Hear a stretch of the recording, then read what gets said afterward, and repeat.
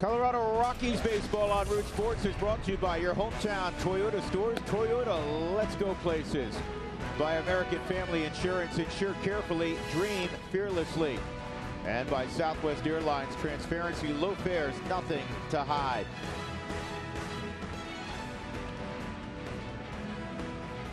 And welcome inside Busch Stadium. There's Jaime Garcia sprinting to the mound here at Busch, where the Cardinals traditionally have been a handful for anybody that's come in. Though this year they're 9-10 at home. They play better baseball out on the road, similar to the Rockies. So the Rockies have won 4 straight, all at Coors Field.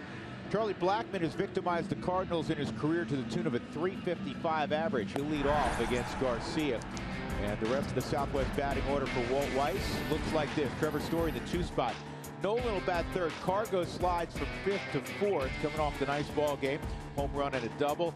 Mark Reynolds, Ryan Rayburn, a couple of strong right-handed bats. And DJ LeMahieu will bat 7th. Dustin Garneau will get the start to begin the series behind the plate. And Chad Bettis.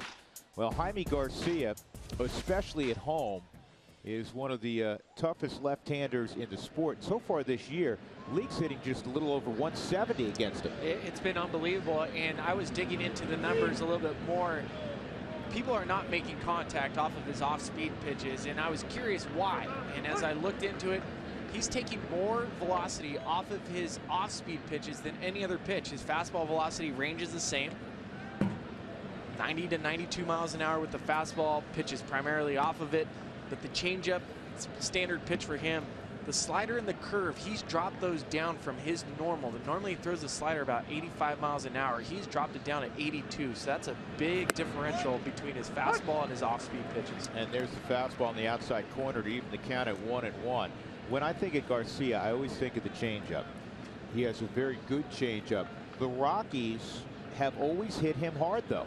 In fact, the combined batting average of the guys starting tonight is .452 against Garcia, and it's some of the left-handed bats that really clicked against him, most notably Cargo. He's 6 for 12 against Garcia. You're right. Cargo has a .500 batting average, and for Jaime, when we've seen him, and I remember in a bat where I've gotten a hit off Jaime Garcia years and years ago, he missed location up to the Rockies, and if you miss up with the fastball hitting team, you're going to get hit hard. That's a good pickup by Carpenter, and he throws out Blackmon by his stride. Let's take a look at what has been a problem for the Cardinals so far this year, and that is defense. They are dead last in fielding percentage in Major League Baseball.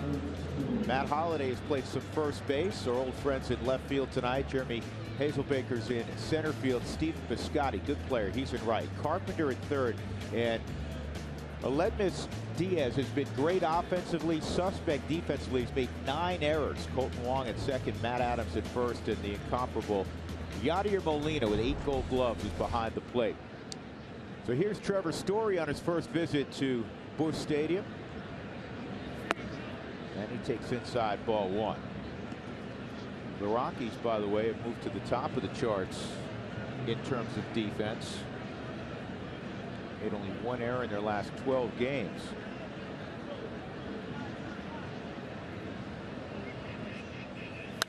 And Story hits it off the end of the bat to deep right field. And out there on the warning track, it's caught by Piscotty. Gives you an idea how much power Trevor has. He didn't clip that. He got that toward the end of the wood. But he took a great swing, and when you have a good swing and you take a good pass at the baseball, even if you hit the ball off the end of the bat, it gives you a chance. We'll see swings where somebody gets fooled, they lose their legs, and they just stick the bat out. The ball's not going to travel. When we watch Matt Holliday, and I remember even watching Nolan, good hitters, when they get fooled, they still take their full swing. So with 2 outs and nobody on, here's Nolan. And Arenado takes the first pitch out of the zone. He's 2 for 4 lifetime against Garcia. Garcia's 0-3 with an .876 ERA against the Rockies. His issue has always been staying healthy. Think about this, Bill. He's made only 43 starts over the last 3+ seasons. Well, he's 20 starts in a season since 2011. He's never made more than. But when this guy is healthy, this guy is good. 28-18 with a 3.25 and 63 starts since 2011. If he's healthy, he makes his team so much better. Well, he's terrific if he's throwing out of the, say, the 3-hole in your rotation. But he's been their best so far this year. The 3-0's in there, 3-1. Tomorrow the Rockies will see Adam Wainwright, big 6'7" right-hander. Mike Matheny's in his 5th year as manager of the Cardinals.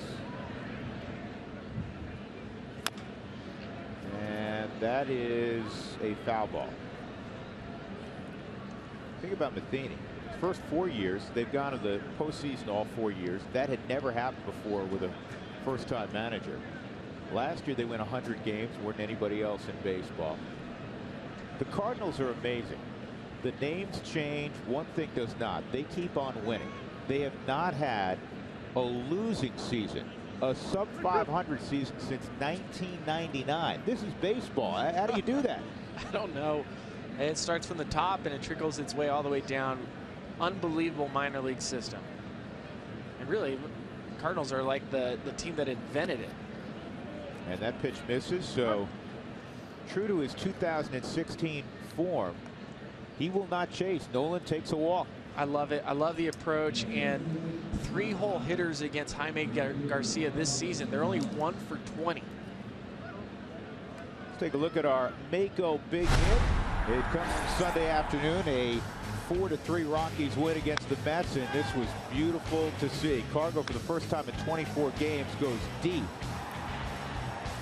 His first RBI since April the 24th. Also had a loud double in that ball game as well. We mentioned a few moments ago, Cargo 6 for 12 lifetime against Garcia. Swung on and missed, and that 6 for 12 does include a home run. We did ask Walt Weiss in his press conference today if he plans on keeping Cargo hitting 4th, and he's not sure yet. So today, lefty lineup has Cargo hitting 4th. So we'll find out tomorrow if he's going to be back into the 5-hole. Obviously, Cargo dropped down from 3 to 5 in the last week. And last year, when he was slumping early, Walt took him out of the 3 spot for a while. Actually dropped him as low as 6, and he ended up back in the 3-hole shortly thereafter. We know what he did basically from June 1st forward. The Rockies really have 2 ideal guys that could hit 3rd, Cargo or Nolan. Flip a coin. Both are great. It's fouled off. What's the deal, by the way? Wherever we go this year, it's cold. Even Arizona, on the 2nd trip in, you had to wear a sweatshirt out at night. I don't know. Is it me? Yeah, I think it's you.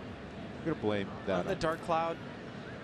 Want to pay attention right here, just because Cargo's leading baseball with opposite field hits, and you can see the left side of the field is wide open. Ledemys Diaz is the only one over there, and Cargo will take a shot to hit it over on that left side of the field. 2-strike count on Cargo, 2 outs. Arenado visiting with Matt Adams, and there's the official number of hits to the opposite field. Cargo on top with Adam Eaton of the White Sox. Are on that list, DJ. Cargo hits this ball straight away. It deeps, and this one is going to die on the warning track as Hazelbaker gets back and makes the catch. Thought for a moment it would get on out of here, maybe on a warmer day. We'll see Chad Bettis on the mound when we come back.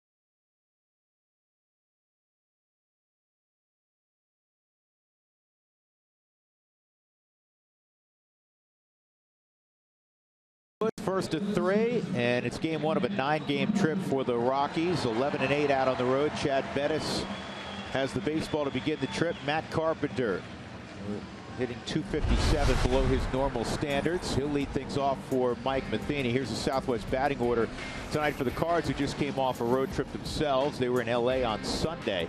It'll be Stephen Piscotty batting second. Matt Holliday, who owns almost a .400 average career-wise against the Rockies, will bat third. Then Adams, Molina, Hazelbaker, Diaz, and Wong in front of the pitcher Garcia. First pitch of the ball game from Chad Bettis is in there for a strike, and he's right back on the rubber, ready to go again. Carpenter, like his counterpart in the leadoff spot for the Rockies, Charlie Blackmon, has a lot of pop. And a lot of facial hair. That too. That skips up there. 2-1. Last outing, Spilly, for Chad was a no decision against Arizona. Went 6 1/3. Ended up giving up 4 runs, 9 hits. Eventually an 8-7 win for the Rockies. That misses. 3-1. But I thought he pitched much better than that, especially the first 5 innings or so. You look at the 8 strikeouts, no walks. He does have. He's been homer bit lately, giving up a lot of solo home runs. 1.1 home run per game. But he's going to go out there. He's going to fight. He is really taking control of the lead guy with the starting rotation for the Rockies. The WHIP numbers has been great. ERA, yes, 4.56. But I think that's. Well hit center field. Blackmon going back, and he makes the catch. I think one thing you can tell off the bat, and again, it's not surprising because it is very chilly, is the ball's not traveling exceptionally well. So allowed out to begin the ball game from St. Louis's perspective, and that'll bring up Stephen Piscotty. Here's the arsenal for Bettis. 4-pitch mix. Great mix. I love the fastball mix. It has been getting hit pretty hard of late. He's been missing a lot more over the middle, but with the cutter, he'll be able to compete with those lefties in the lineup and the sinker inside. I do love the fact that Chad has been throwing an inside hip shot cutter. That's a cutter to the inside right-handers to really freeze him up. He's on one hop to DJ. He'll throw out Piscotty. 2 gone. Well, here's the Rockies defense, which has been extraordinary. Top fielding percentage now in the game. Rayburn's in left, Blackmon in center, Cargo is in right. And the infield is impeccable with Arenado, Story, LeMahieu, Mark Reynolds. And doing the catching this evening is Dustin Garneau. Here's a good look at Dustin. So here's Matt Holliday. The beard is much fuller than we've seen it. But the waistline, not that he ever needed to lose weight. He's always been one of the best conditioned and strongest guys in baseball. But he lost around 20 pounds getting ready for this season. And it's chopped foul, 0-2. Matt missed a lot of time last year with a quad injury, and he had it a little bit, and then it aggravated it badly on June 8th at Coors Field. Played the fewest amount of games Matt's played in forever. Fastball rides high, 1-2. Well, and those power numbers for Matt on the second half of the season after a leg injury never came back up. This year he's hitting with a lot more power. He's slugging a lot better. Matt was an A briefly. He was traded there in the Cargo deal, and then he went to St. Louis. If you include what he's done against Oakland in his career, against Oakland and the Rockies, he's hit over 400. We always talk about guys getting up for their ex-club.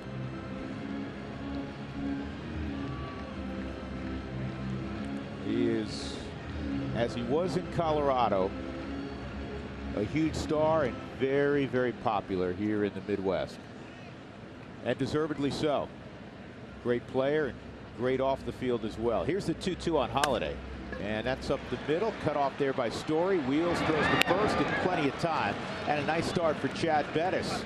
And you get to see some of that outstanding defense on display. We'll go to the second. No score at Busch Stadium.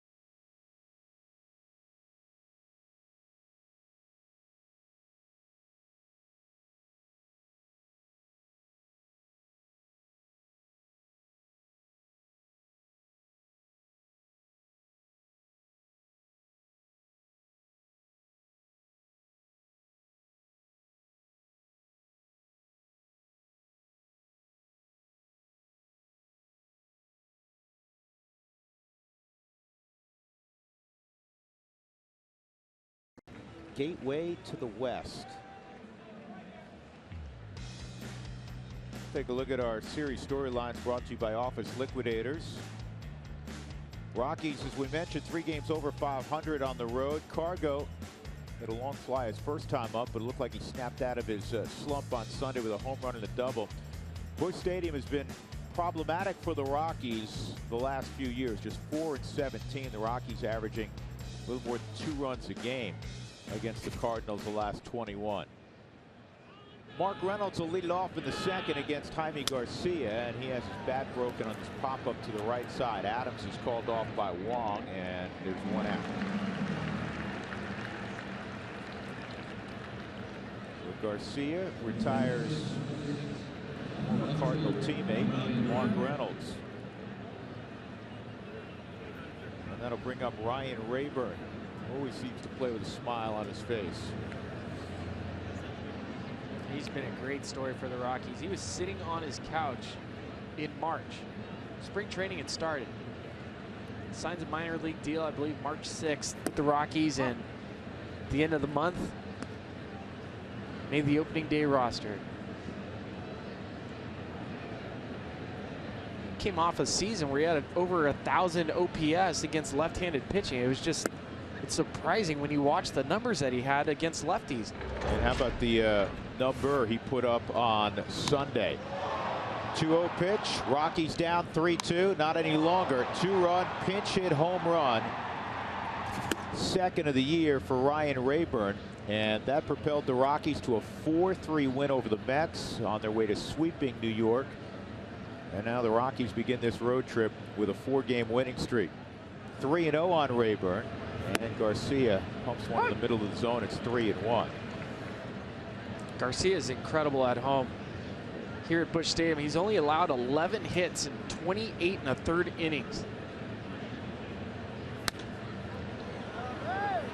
It's one of those nights, Billy, that's not a lot of fun to swing a bat. No. You're going to see some drag bunts tonight. You're going to see some hit and runs tonight. If you get a base runner on, Cargo's ball was scorched to center field. Matt Carpenter's ball scorched to center field. It's not going anywhere. Garcia's not going to walk anybody either. And that bounce to Stu Cole. Nice play, Stu.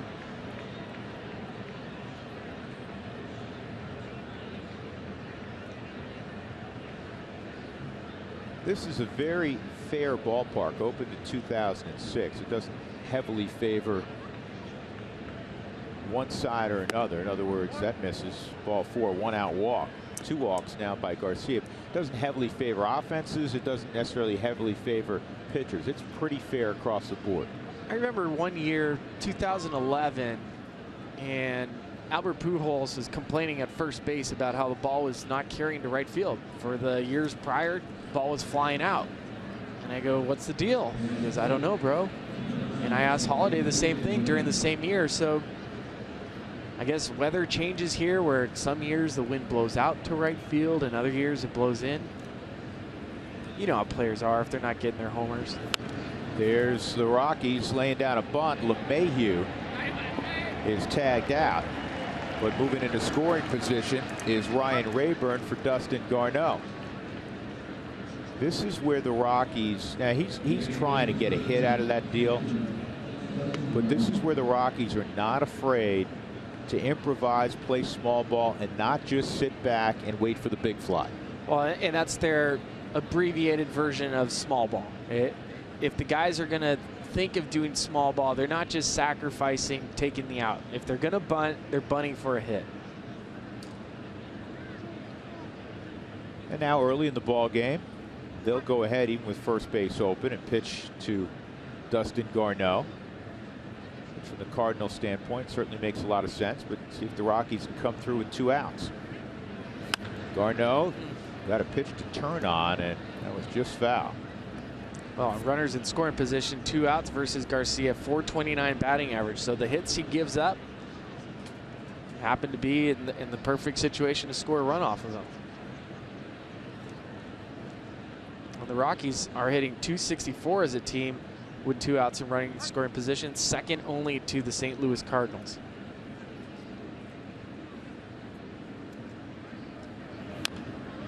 And Garneau chops that one foul. Off-speed delivery.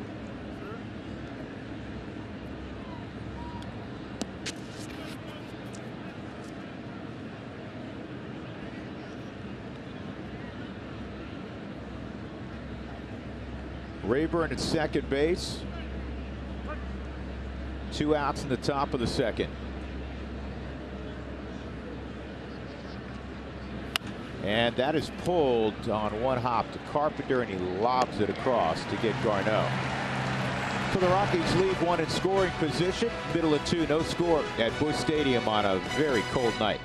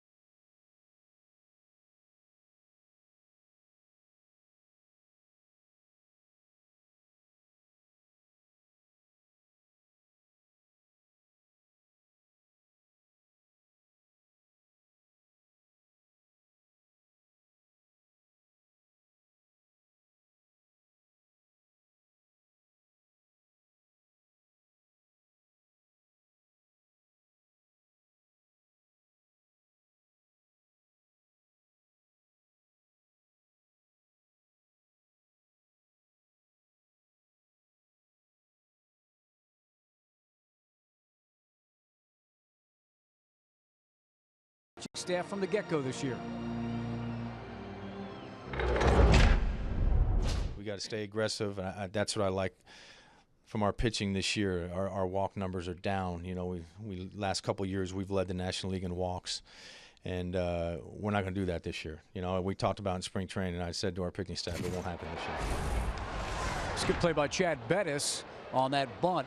And Spilly, I know you can talk to this. You know, when you're on offense and you draw walks, you get the momentum. When you're on defense, that affects you the opposite way. And that's what Walt Weiss has stressed, as he said, since spring training, we're not going to be the team that walks the most batters. Well, you're absolutely right, Mark. And when you think about it, look at what the Rockies defensively have done. Now they are one of the best defenses in baseball.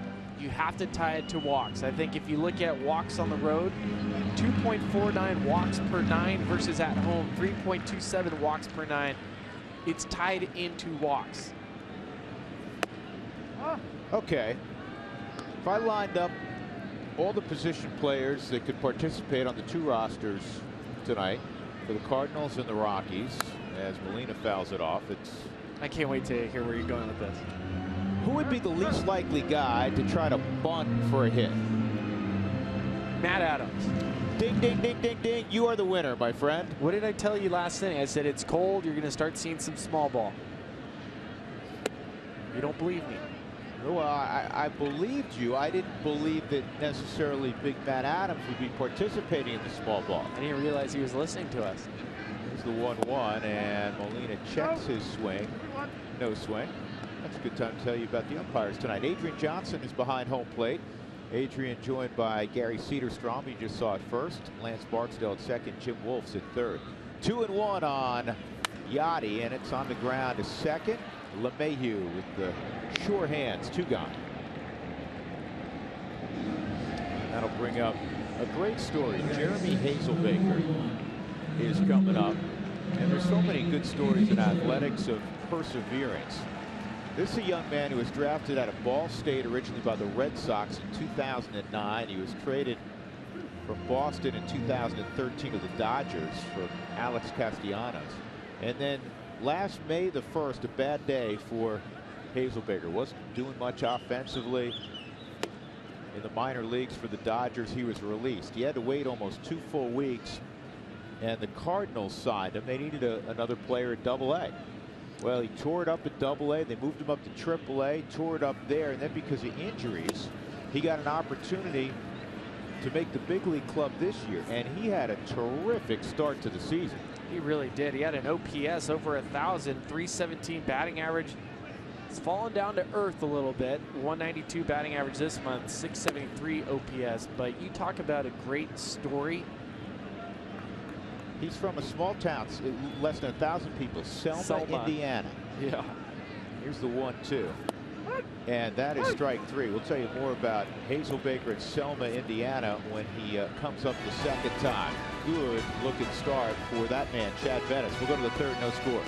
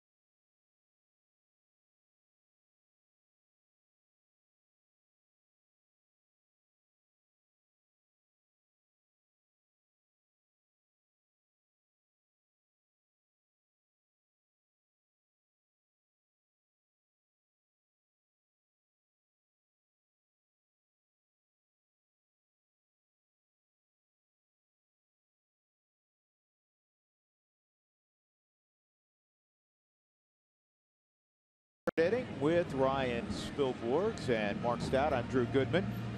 You're not going to believe this, folks, but tonight,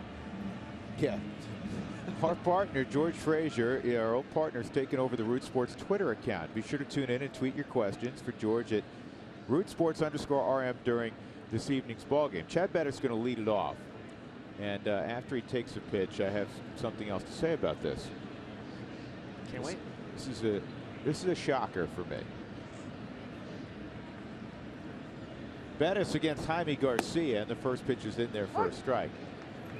What you may not know about George is, as talented as he is, and as much knowledge as he has on baseball, he does not really know how to operate a phone. He can text. He just learned to text a couple of years ago.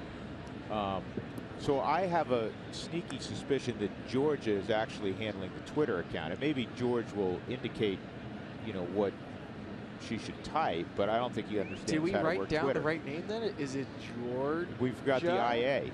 Right. It's Georgia who's probably working the Twitter account. And George, in the interest of full disclosure, why don't you let us know? That could be your first tweet. Let us know actually who is mechanically tweeting. And here's something else. My partner, it's the 5 Ps. Prior preparation prevents poor performance. Also, it prevents being really freaking cold. And he brought gloves to St. Louis in the middle of May. Who would have thought it? All you had to do is look at the weather app on your phone and see that it was going to be 30 degrees tonight. That's, I guess, where I fall in with Frazier. I forgot to look ahead at my weather. I'm thinking we're in the Midwest, and it's starting to inch toward the summer. Should we do, really? Did we need to bring gloves? I'm just glad I have. Can I rent those from you? No. You have your little footsie heat warmer underneath, and that's good enough for you. That's what's going to have to suffice. 1 out as the Rockies turned out at Charlie Blackmon. Charlie hit it on the ground to the third baseman Matt Carpenter leading off the ball game. No hits for either squad yet, though the Rockies have had a couple of base runners, a walk to Arenado and a one-out walk in the second to Rayburn. And Charlie takes a strike.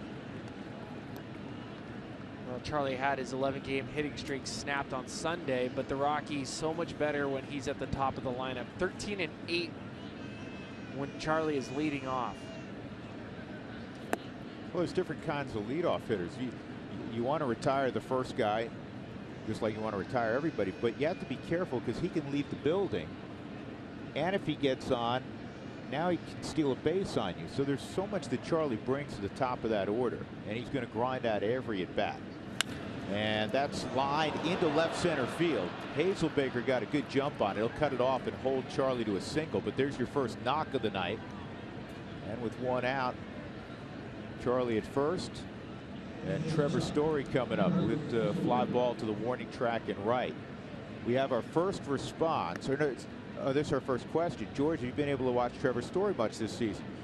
Do you think he would be, did you think he would be this good this fast? And George responded, it's been fun to watch. Anytime a young player you draft and develop in your minor leagues comes and has that kind of success, it's some kind of story. Oh, that's in the thoughts. George, yeah. Wow. That Oklahoma education. We didn't think you paid attention when you were in Norman. Well, he's in the pun jar now. He owes us $1. He owes you $1. You can pick it up from George. Will be here on Thursday. I'm going back for Jacob's graduation on Thursday, and Jerry Schimmel's going to jump over and work television that night, and George, you'll be over with Jack Horgan, which will be great. I really miss George. I mean, I talk to him 6 times a week. I talk to him about once a month, and I feel like I should be calling him a lot more. And for that, I apologize, George. But I miss seeing that guy. He's the best. Runner going, throw to second, not going to get Charlie. And now the Rockies have another runner in scoring position with Story at the plate and Arenado on deck. Third bag this year for Charlie, who had more than 40 last year. Goes first move. Well, and on a night like tonight where it's cold, you're going to try to do anything you can. Great pitch to run on. That's a slider down and in. And no matter how good Yadi Molina is, if you get a great jump off the pitcher, more times than not, you're going to be safe.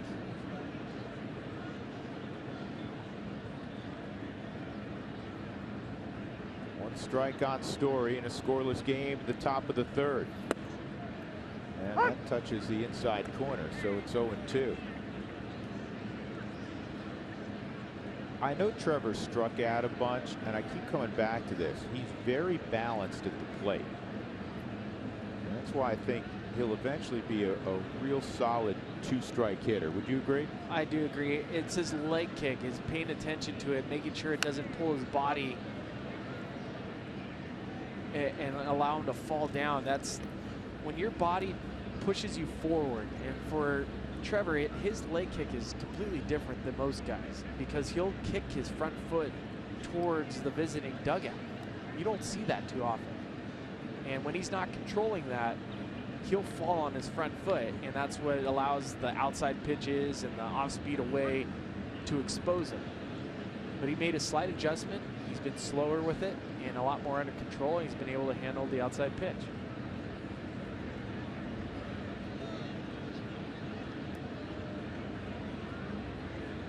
Story 7th in the league in seeing pitches, seeing 4.3 plus pitches per at bat. 2 strikes here.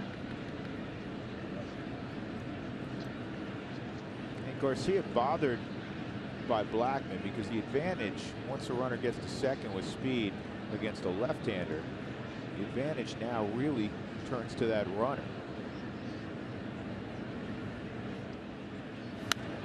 And that's fought off. Story is so quick on inside fastballs. Drew, you said this to me the other day. He goes, Billy, have you seen Trevor swing and miss at a fastball? No, he fouls him off. If he doesn't hit him, he fouls him off. He is quick. Yep. He is super, super quick. And it always gives me when I look at him and I project him and I see that he can catch up to anybody's fastball, the small adjustment for him is going to be staying on the off-speed pitch because he's so quick.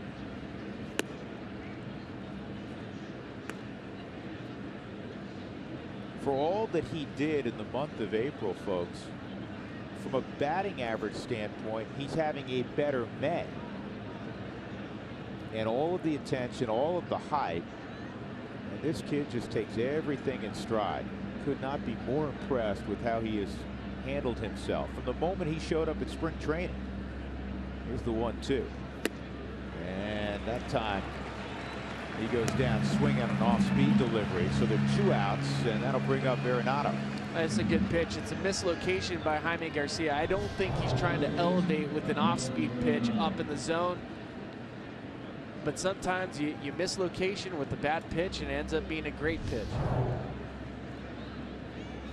Is that one, Spilly, where the hitter assumes that ball's going to come down into the strike zone a little bit? It's a bad slider or curveball that never came down, never broke. Doesn't act like it should act, right? It should have acted and broke, and then he would have hit it, but instead it was a bad pitch and you swing right through it.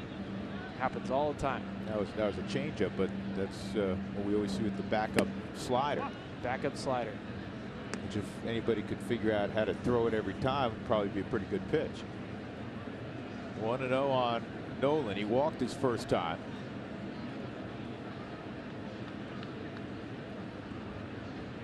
Cardinals don't shift a ton. Straight up in the outfield. Colton Wong remains close to second base, but on the right side.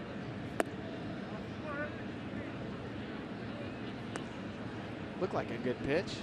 Nolan got the benefit for not swinging it and really beat Nolan now. His name's starting to get known more throughout baseball. Starting to command more respect. And he deserves it.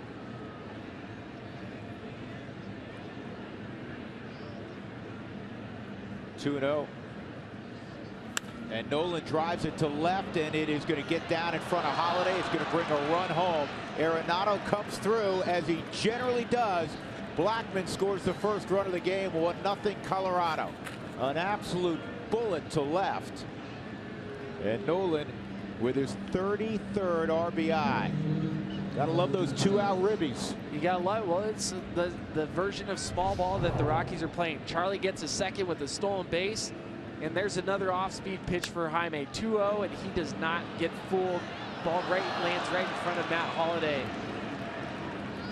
But Nolan, in a situation where Jaime's probably not trying to give him a fastball to hit, is really trying to pitch around Nolan. And with all the plate coverage that Nolan has, he's able to make solid contact on a pretty tough pitch. There's a strike on Cargo. He hit one to the wall in center his first time up. That Jeremy Hazelbaker tracked down. Based on what you saw from Nolan there, was he sitting off speed? I think so. I think you look at the situation, first base open, 1-0 changeup. Might as well sit on it again. Cargo with a bouncer to Colton Wong. And that'll end the inning. But the Rockies have the first run of the ball game. They lead it 1-0, middle of 3 for Nolan. Of his 33 RBIs, 17 have been of the 2-out variety.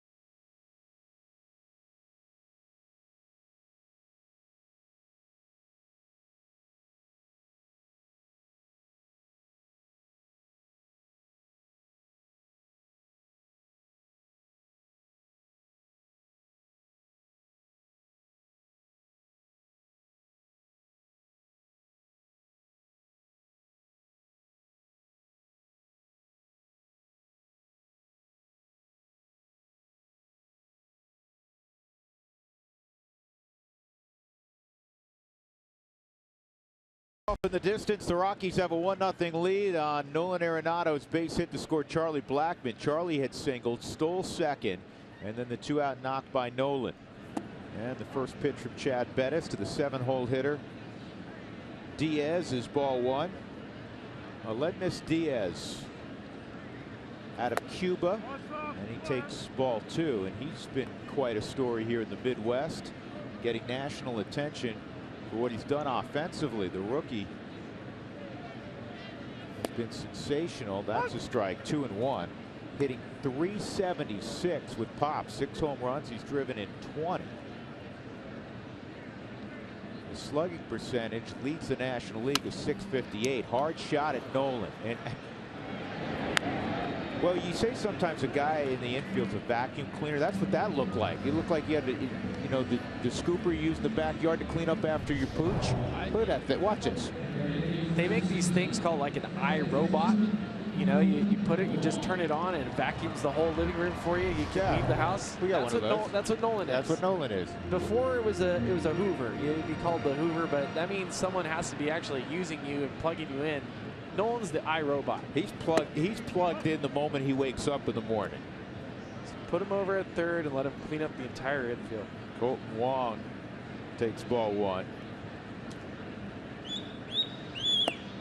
And that's in there for a strike.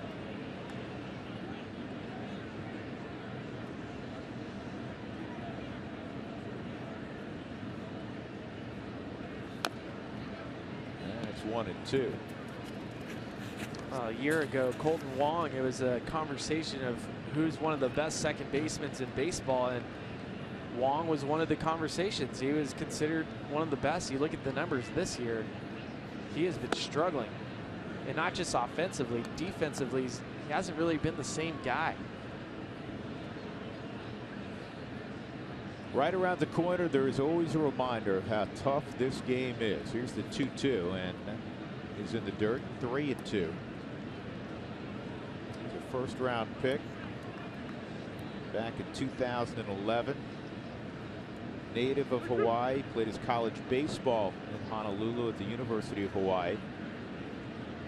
Here's the 3-2 on Wong, and ball four. First base runner for the Cardinals, and a rare walk from Chad Bettis, just his 11th this year, and this is his 9th start.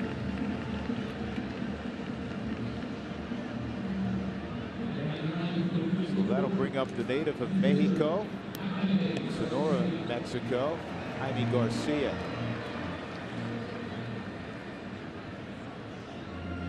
If he chokes up that much on the bat, he would be Felix Millan.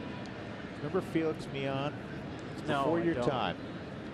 I want you to look up on your phone right now, or on your tablet, Felix Millan. He was about literally like 10 inches up the bat. It was amazing he didn't hit himself in the stomach when he swung the bat. 0-1 on Garcia, and 0-2. Well, I remember it was Lance Johnson, former player with Chicago White Sox. He was with everybody, great outfielder, but Lance Johnson would swing a 38-inch bat, and he would choke up. Mr. Triple, Lance Johnson. He had a ton of triples. I picked up one of his bats before, and I go, this is like a... That's a foul ball, and that's a strikeout. Felix Millan. Okay, I got him. All right. He had a great mustache. Puerto Rican. Look at that mustache. A great mustache. There it is. See his baseball card? He wasn't messing around. That's how he went to the plate. Is that 10 inches? That's a foot. That's a 9. That's what he did. He went up, and the only thing that was exposed was the barrel. He almost had his hands over the label. We're going to have to tweet this, because I'm sure George Frazier pitched against Felix Millan. Curious how he did. 2 outs. Matt Carpenter, dangerous bat at the plate, and he takes a strike. Frazier remembers him.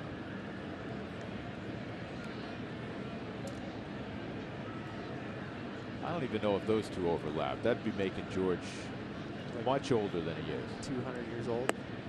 And another strike. Curveball from Chad Bettis. They've been outside the strike zone. Adrian Johnson called the strike 0-2. They didn't overlap because Mian retired after the '77 season. George was at Norman then. And foul tip, strike 3. Good job, Chad Bettis. Changed the eye level, and it got 2 punch outs after the walk to Colton Wong. So we'll go to the 4th. The Rockies have the only run. Mark Reynolds to lead it off when we come back.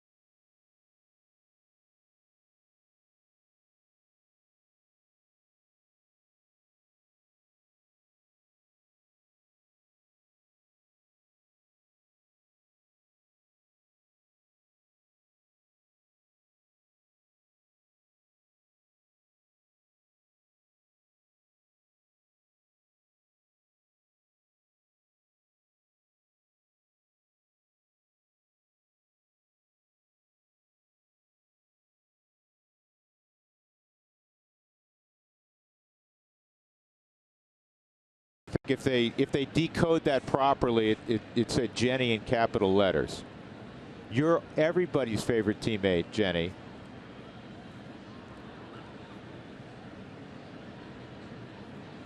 Well, it says one of the two, Jenny or Susan. That pitch misses to Mark Reynolds. He did not answer, though, whether or not Georgia was actually operating the Twitter account. Politely declined to answer that. Reynolds, Rayburn, and LeMahieu with the Rockies leading 1-0. Drew Goodman, Ryan Spilborghs, Mark Stout, Jenny in the studio. Is Huey or Sully working with Jenny tonight? It's Huey tonight. It's Huey, okay.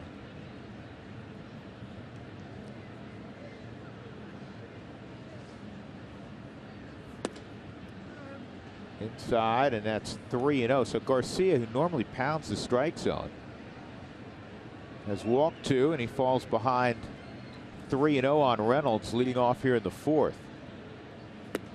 And that's ball 4. 4-pitch walk to Reynolds. Strange. Very strange. The Rockies will not complain. Folks, if the Rockies score 7 or more runs, go to participating Colorado Taco Bell locations the next day. Make sure you do it between 4 and 6 to get your Rockies taco special. Lip Moss at Taco Bell. How much did you enjoy playing here? Not a lot, because you'd always get your tail kicked. But you know what? In 2009, when the Rockies started playing a lot better, this was after Clint Hurdle got fired. Jim Tracy took over, and we came into St. Louis. Starters pitched really well. Pretty sure you remember Ian Stewart went off. He started hitting balls opposite field. It's a 4-game sweep, right? After we won that series, we go, if we can win in St. Louis, Busch Stadium, and take 4 from the Cardinals, we can beat anybody. And that team ended up making the playoffs. I think even though the 07 team, and Spill, you'd be more of an authority on this, I'm watching, you're playing. I think that 09 team was the most talented Rockies team ever. The 07 team obviously got the farthest, going to the World Series. The 09 team won 92 games, and You know, woulda, coulda, shoulda against Philadelphia. But that was a very talented team in 2009. 2009, and it really, I mean, I've told this story before. I even shared it with Clint Hurdle. Hurdle got fired early in May in 2009, and as he was leaving, looked at the group in the eyes, and usually when a manager gets fired, you don't see him. He doesn't come back into the locker room. And he said, "I fell on the sword for you guys. You're better than that." And it really was, it was like a defibrillator. It shocked us. We looked at each other and we realized that we, as a group, got our manager fired, the guy that fought for us and got us to the World Series. And Jim Tracy was great, pulled the right strings.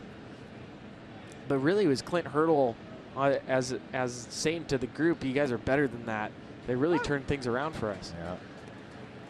Interesting story. That's the first pitch in the strike zone in the inning. 2-1 on Rayburn. The Rockies in St. Louis since 2010. It has not been good after that 4-game sweep in 2009.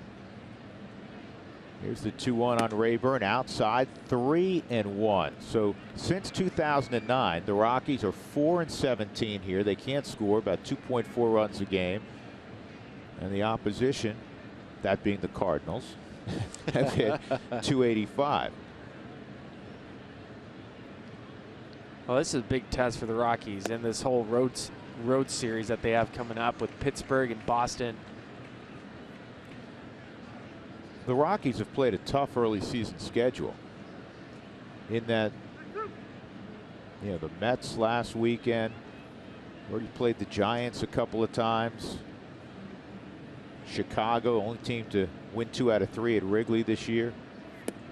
Strike 3. Rayburn kicking himself. He knew that was in there. So 1 out, and that'll bring up LeMahieu. Always typical when a pitcher throws 5 straight balls, you put yourself in almost a take mode. And here's a cutter on the backside of the plate that Yachty, so good at framing, it doesn't even move. But you take yourself out of swing mode when you're watching a pitcher struggle, thinking that he's going to continue to struggle, and then he paints on you, throws 3 good pitches, and you're walking back to the dugout. It wouldn't shock me to see DJ try to push a bunt again here. He did it his first time. It worked as a sacrifice. A little bit easier, isn't it, Spilly, when you have a left-handed pitcher? Wong is deep, so I mean, if you push it with some authority toward the second baseman, and DJ runs well. Well, I'd agree with you, but if DJ didn't do it in the first inning, his first at bat. That's up the middle and on through, a base hit. Or just have a chopper go up the middle for a single. First and second with 1 out. As Garneau will come up. And that's what I'm saying. DJ, if he didn't make a bad bunt his first attempt of the game, he probably would have tried again. And he likes his chances better hitting. Last year against the Cardinals, 14 for 28, hit 500. He's hitting 333 in May. Take your chances hitting off Jaime tonight.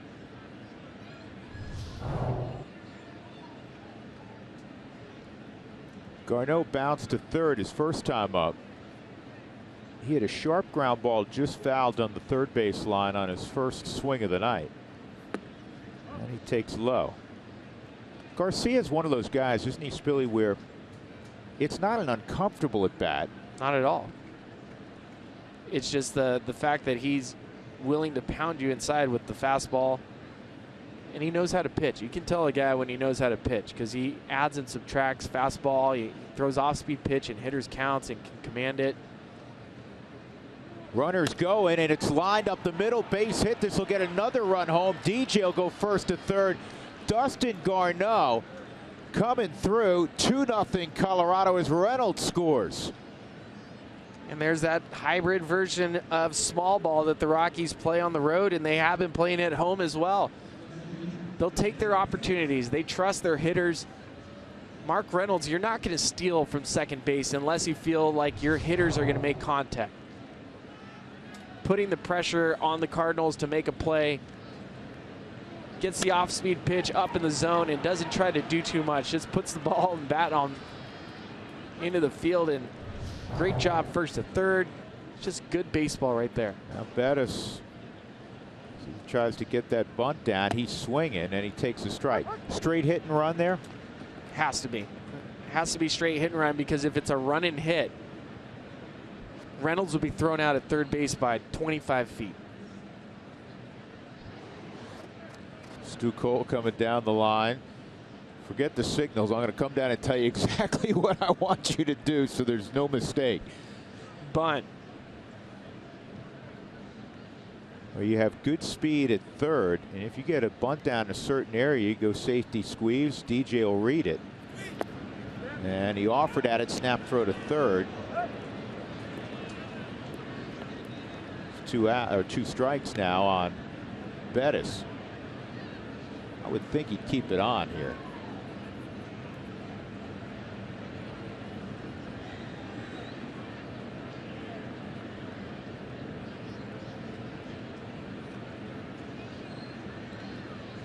Rockies up 2-0. They've out-hit the Cardinals 4-zip. Pulls it back, and a ground ball to short. Not hit that hard. There's one. Chad gets up the line, and the Rockies have a 3-0 lead. We've been saying it for several weeks now, and it's not just out on the road. It's really their approach at home. Take what the game will give you, and it's in fashion, in vogue to call it small ball. But the Rockies are playing a different kind of baseball, especially away from home, than we really have ever seen. We haven't seen this type of baseball from the Rockies, where they're taking walks, where they're putting the ball in play. They're not just taking big, over-aggressive swings. Aletme is able to make a great play. I didn't think he was ever going to go to second base to get the lead runner. They're looking at this to make sure the slide was clean at second. And I think it was.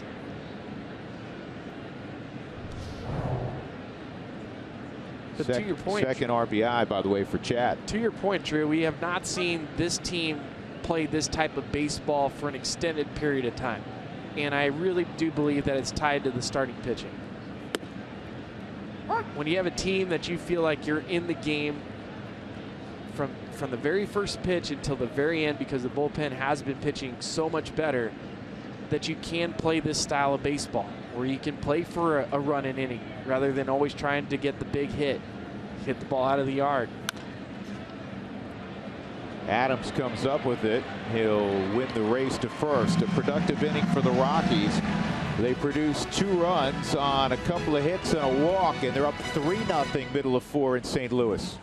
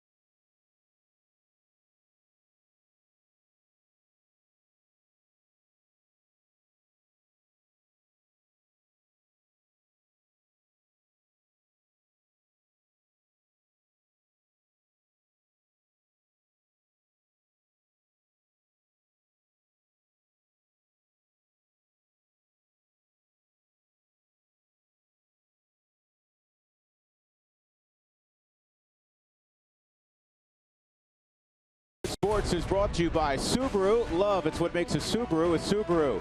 By CenturyLink, your link to what's next. And by GMC.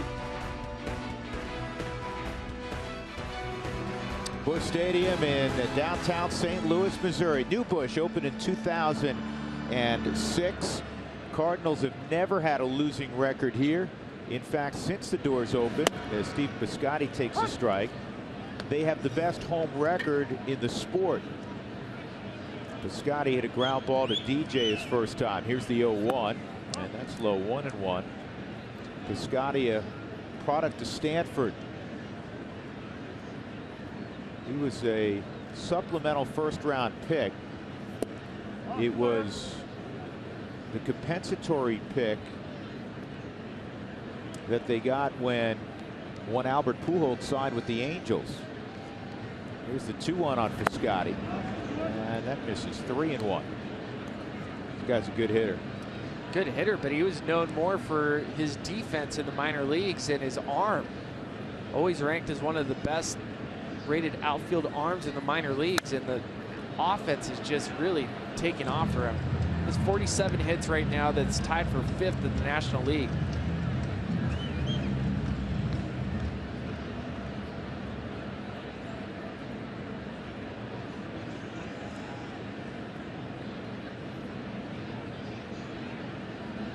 Here's the 3-2 on Piscotty, and this is fisted to short. Trevor Story, and he gets help from Reynolds at first base, 1 out. Got another question for George. Frage is handling the Twitter account on this Tuesday night. From Kevin, how does the pace of Bettis affect the hitters? And Georgie's response: anytime you offset their timing, and along with his mental toughness, it's a good night for Chad Bettis. Fielders just love a guy on the hill who works with great tempo. Here's Holiday, and he hits a towering fly ball. Story will handle, 2 outs. I think the best example of a pitcher that pitched with great pace, and we're not talking velocity, adding, subtracting. We're talking about grabbing the ball on the mound and throwing the next pitch. There's 2 off the top of my mind. Mark Burley, who you've made an argument could be a Hall of Fame pitcher, and Cliff Lee. And what it does to you, the hitter in the box, you don't have a time to reset. So you end up swinging at pitches you never would ever swing at because it feels like the pitcher's already coming after you. I got to go. They're going. I got to swing. Did I ever? I made the case for Burley being. You did make it one conversation. When was this conversation? Last year? Yeah, I don't recall this. You're making an argument that if you look at his numbers and during the time frame with making 33 starts a year, that you could make an argument that Mark Burley could be a fringe Hall of Fame player. You don't remember that? I trust you because you have a better memory than I do. I'm like a baby elephant. You are, but this is the second time I have to reference this year. Here's the 1-2 on Adams. How do we know elephants have such great memories? Good point. Another tweet from George. Bettis doesn't give in. 2-2 on Adams, and that's fouled off.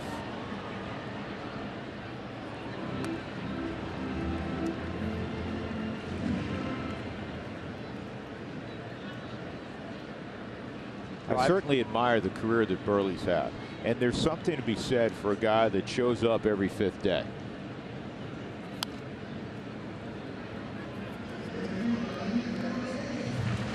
What was great about Cliff Lee, in order to keep the pace, especially in Philadelphia, is that him and Chooch, that's the Phillies catcher Carlos Ruiz, they had hand signals. So as Cliff Lee got the ball back, he would swipe his leg or go to his mouth or touch at the bill of his cap to let Carlos know what pitch he wanted to throw.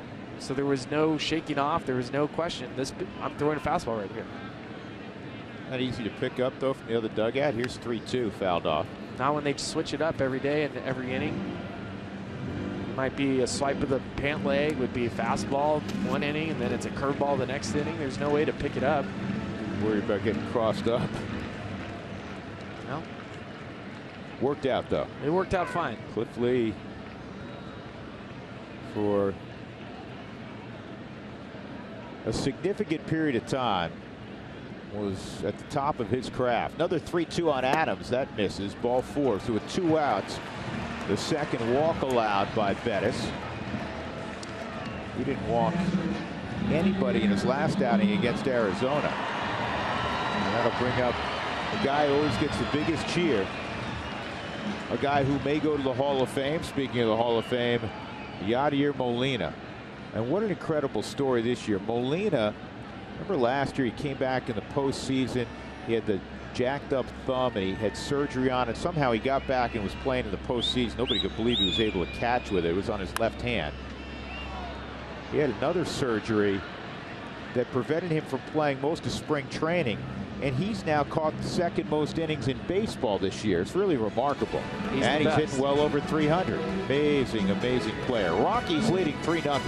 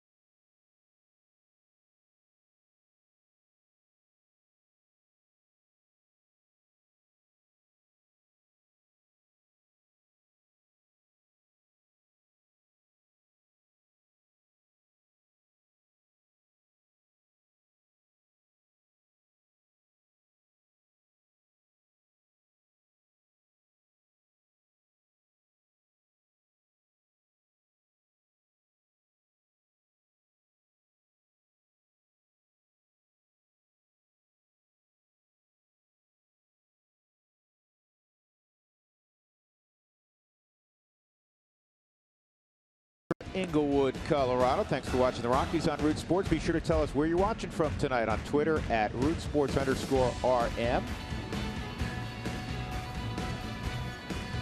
Usually we get to welcome people from different states, some of the outlying communities. Inglewood just south of Denver. So welcome all the good folks in Inglewood watching tonight. Trevor Story here in the 5th inning. Nolan Arenado and Carlos Gonzalez. Third look for Trevor at Jaime Garcia. Deep fly ball to right field and a strikeout on a changeup away. He's 0-for-2. Rockies leading 3-0. 4 hits for the Rockies against Garcia. A bunch of zeros up on the board for the Cardinals against Chad Bettis.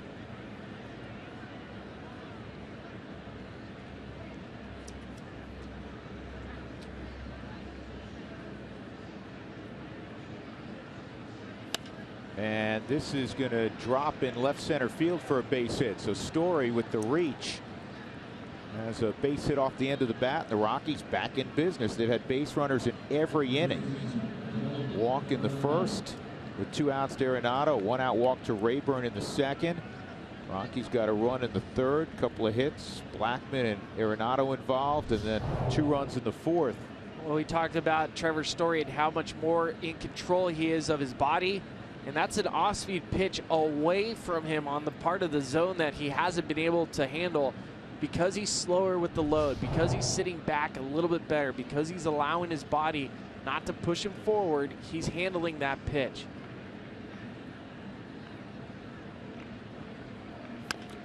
That ball's bounced foul by Nolan.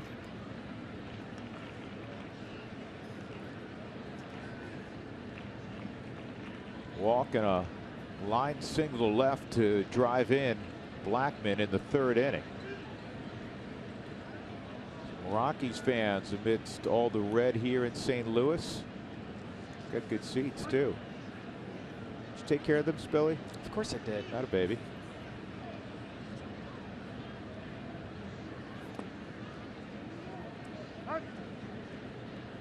Hey, one thing the Rockies are trying to do is snap the Tuesday night funk.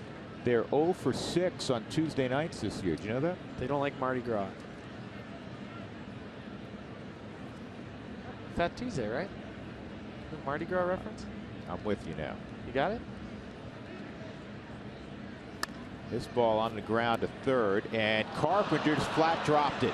We told you off the top of the broadcast that the Cardinals have been awful defensively so far this year, and that, with all due respect to Matt Carpenter, is a bad error. It is a bad error. He's trying to set up and start to throw to second base before he ever fields the baseball. The ball hits right off the dirt. It's not like it went from grass to dirt, and he just botched it. You can see as he went for the exchange, the ball pops out of his glove. Now you want to take advantage. 2 on, nobody out, and here's Cargo.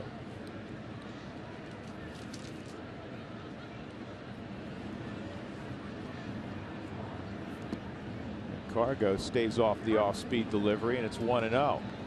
Cargo is the perfect hitter to face Jaime Garcia. Coming into tonight's game, he was hitting .500 off Jaime, and first at bat of the day. His batting average should have gone up. He crushed the baseball to center field.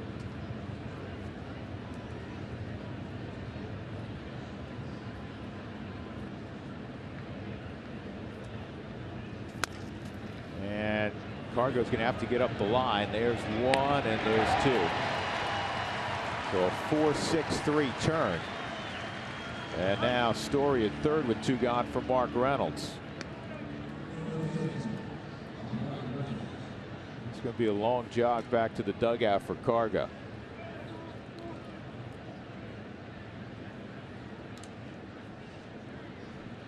Be at Coors Field when the Rockies take on the San Francisco Giants May 27th through the 29th. Get your tickets today.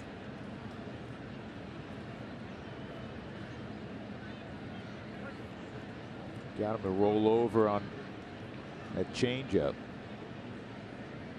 Reynolds with 2 outs, and he gets a quality swing off. You can see Mark Reynolds was smiling as he stepped into the batter's box, and I'm sure Yadi Molina said something to him, former teammate.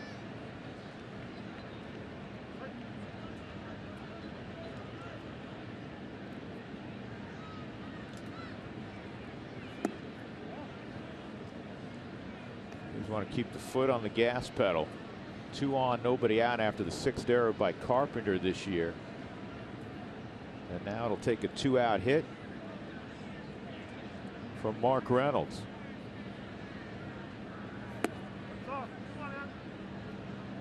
Two and 1. And Reynolds last year with the Cardinals played 140 games, .230 batting average, 13 homers, and 48 RBIs.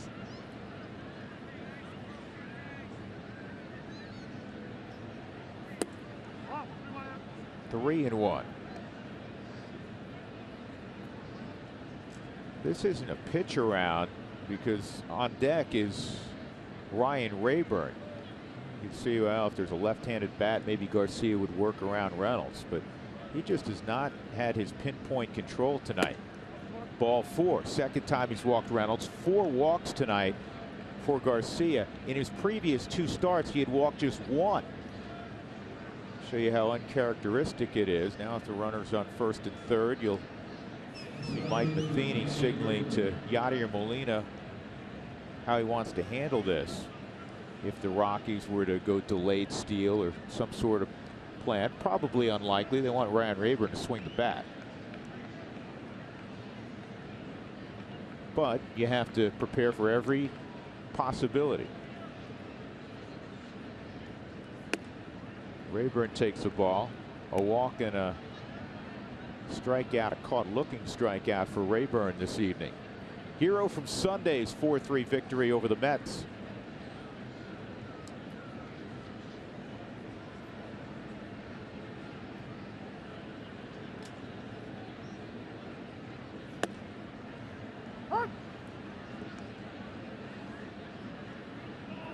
One and 1 on Rayburn.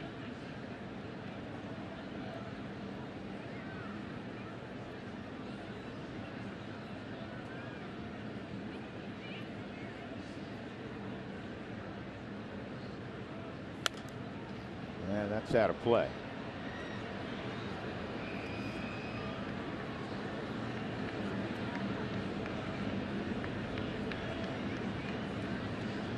I'm always paying attention to fastball velocities, and for Jaime, if that last pitch was correct on the board, it said 87 miles an hour, and if that's his fastball, you can understand why, as I'm watching, why he's gone so much softer tonight.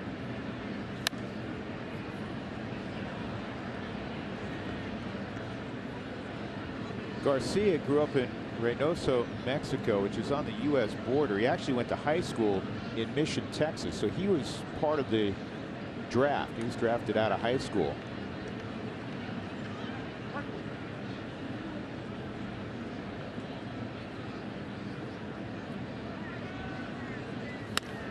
And on the ground to short. That'll end the inning. The Rockies had a base hit and a walk. Do not score. They lead 3-0, middle of 5.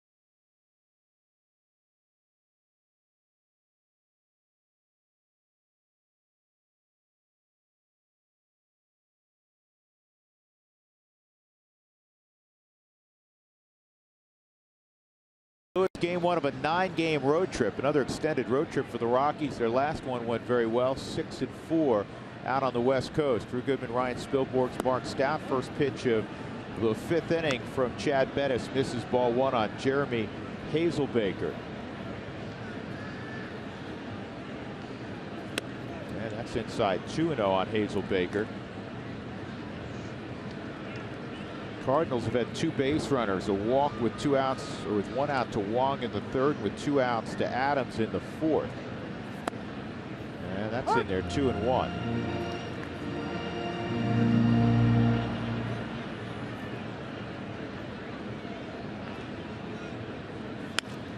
And it's fouled off by Hazelbaker. They had a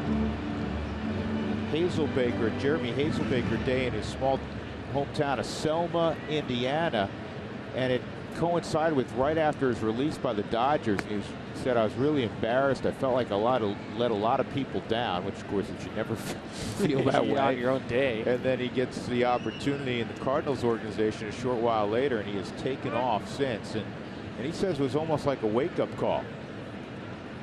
That he wasn't given great effort in the Dodger organization, but he felt like, man, I'm on the cusp of losing my baseball dream. This is slowly hit. Nolan's going to handle it, and on the move, he didn't get Hazelbaker. Center fielder naturally runs well, and that is the first hit for the Cardinals.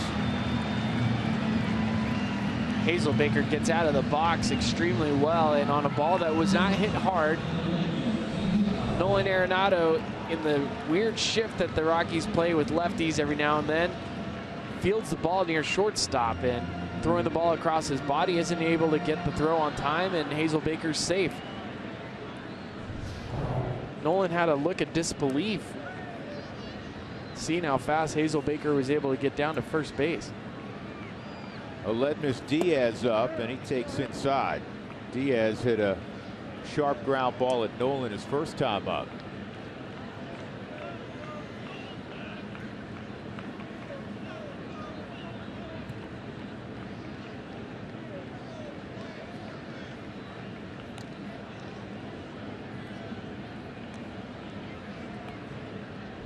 On a Subaru Supermo, not that close. Hazel Baker with his foot on the bag, and then the throw to Reynolds.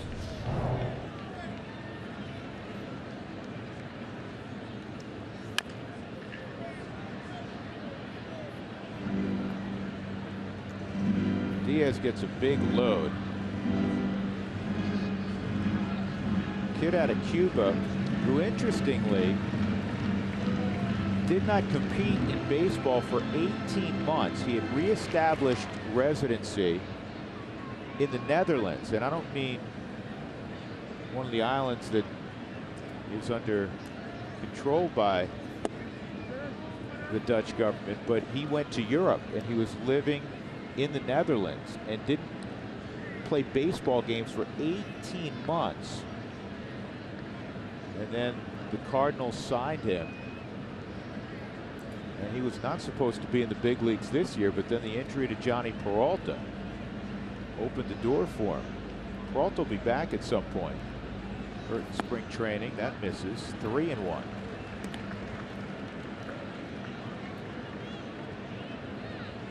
Well, the Cardinals ended up signing Ruben Tejada after the Mets released him in spring training, and they thought Ruben Tejada would be the player that would play shortstop. There's Johnny Peralta. This is a big chopper. This is going to be a tough play to get. Well, they're able to get one.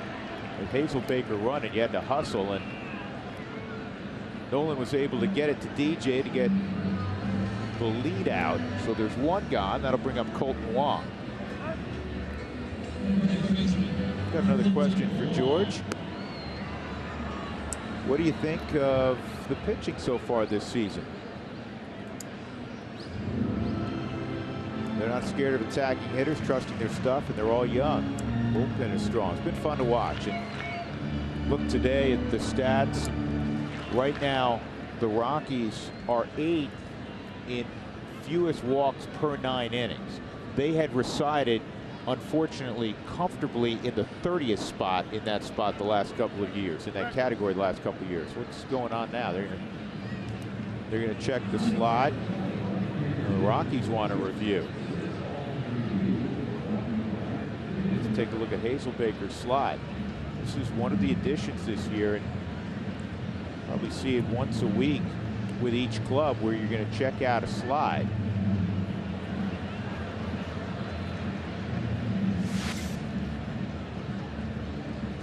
Let's see. Before the bag, which is clean. Can he stay on the bag? And the Cardinals are. Oh, the Cardinals are doing. I'm sorry. You know what? I thought it was the Rockies. Is the foot off the bag when he catches it? Well, and No. this is part of the problem with this new rule, is that it is forcing infielders. Before, this was a neighborhood play where they would allow the fielders to pull their foot off the bag to protect themselves. Now with the new rule, Rule 6.01J, the fielder is required to stay on the bag long enough to make the turn. See, this contradicts why the rule was made. Exactly. This is not. This was to give a little more safety to the middle infielders after the Chase Utley deal in the postseason last year, and instead you've penalized sometimes the team turning two or attempting to turn two. That play. In this case, they're just taking the out at second. There was no chance to turn it over. That's not the spirit within.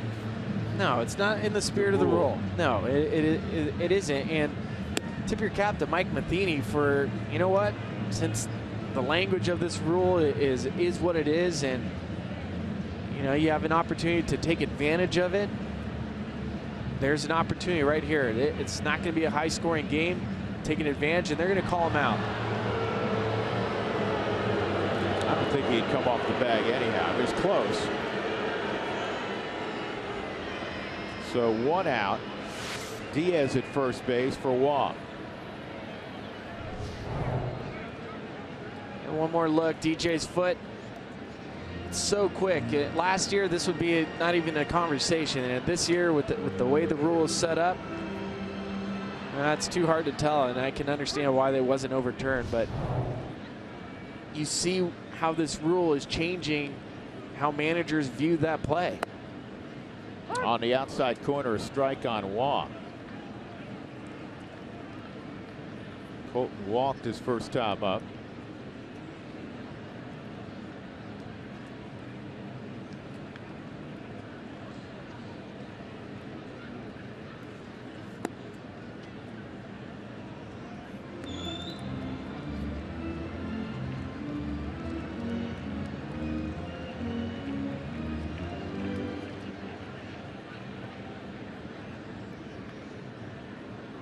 Wong at 262, 11 home runs, 61 RBIs last year, played 150 games.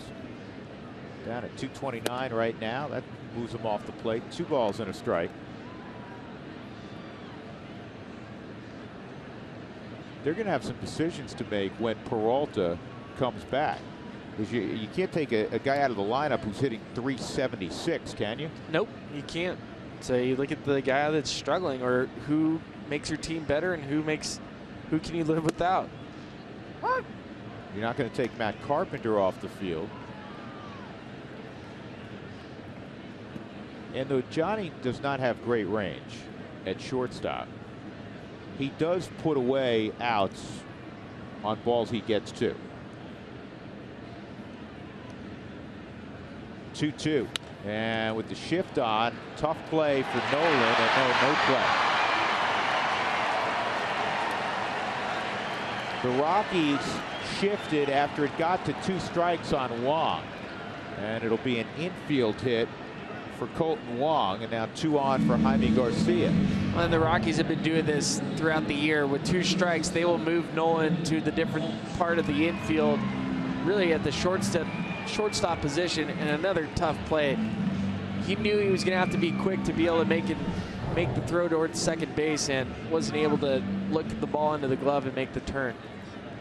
Well, St. Louis, with Jaime Garcia having an uneven performance and the Cardinals doing next to nothing against Chad Bettis here in the 5th inning, they're going to go to their bench. Brandon Moss, with 2 on and 1 out, will pinch hit. It's the only left-handed bat on the bench for the Cardinals tonight. And he hits one a ton to center field. And this will die shy of the track. Boy, off the bat, you thought he had a chance to hit it out. Another example of the ball not traveling tonight. And it'll be second and third as both runners move up, but 2 outs. I think Brandon Moss is shocked right there. He squared it up. He might have just said to his teammate, "Did you get that?" And he shook his head no. Good swing, a little bit off the end of the bat. Ball was up in the zone. Watch his reaction. Slaps his hands. He thought he had it at first. The ball is not carrying at all tonight. This is a big at bat right here in this ball game from Chad Bettis' perspective and from Matt Carpenter's perspective. 2 outs, 2 runners in scoring position. It's 3-0 Colorado. Inside. Fly ball to deep center field by Carpenter, and also a strikeout against Carpenter. 3 punch outs for Bettis.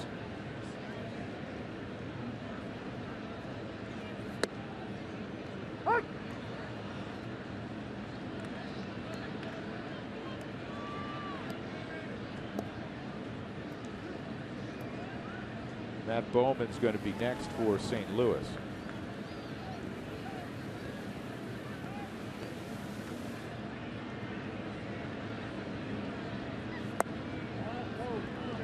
Just off the plate, 2-1.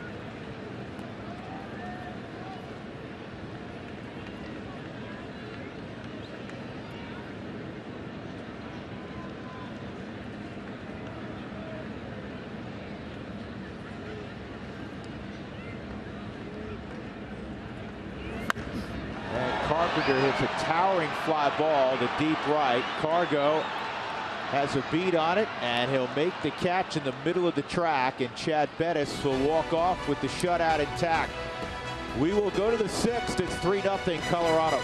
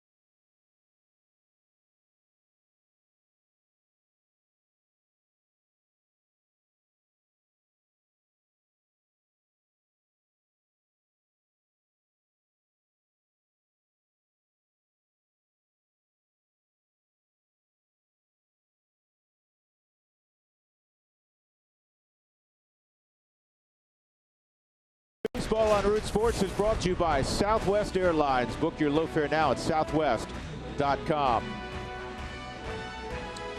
Back in St. Louis, after a day off yesterday, the Rockies and Cardinals getting after one another, and the Rockies have a 3-0 lead with Ryan Spilborghs and Mark Stout. I'm Drew Goodman.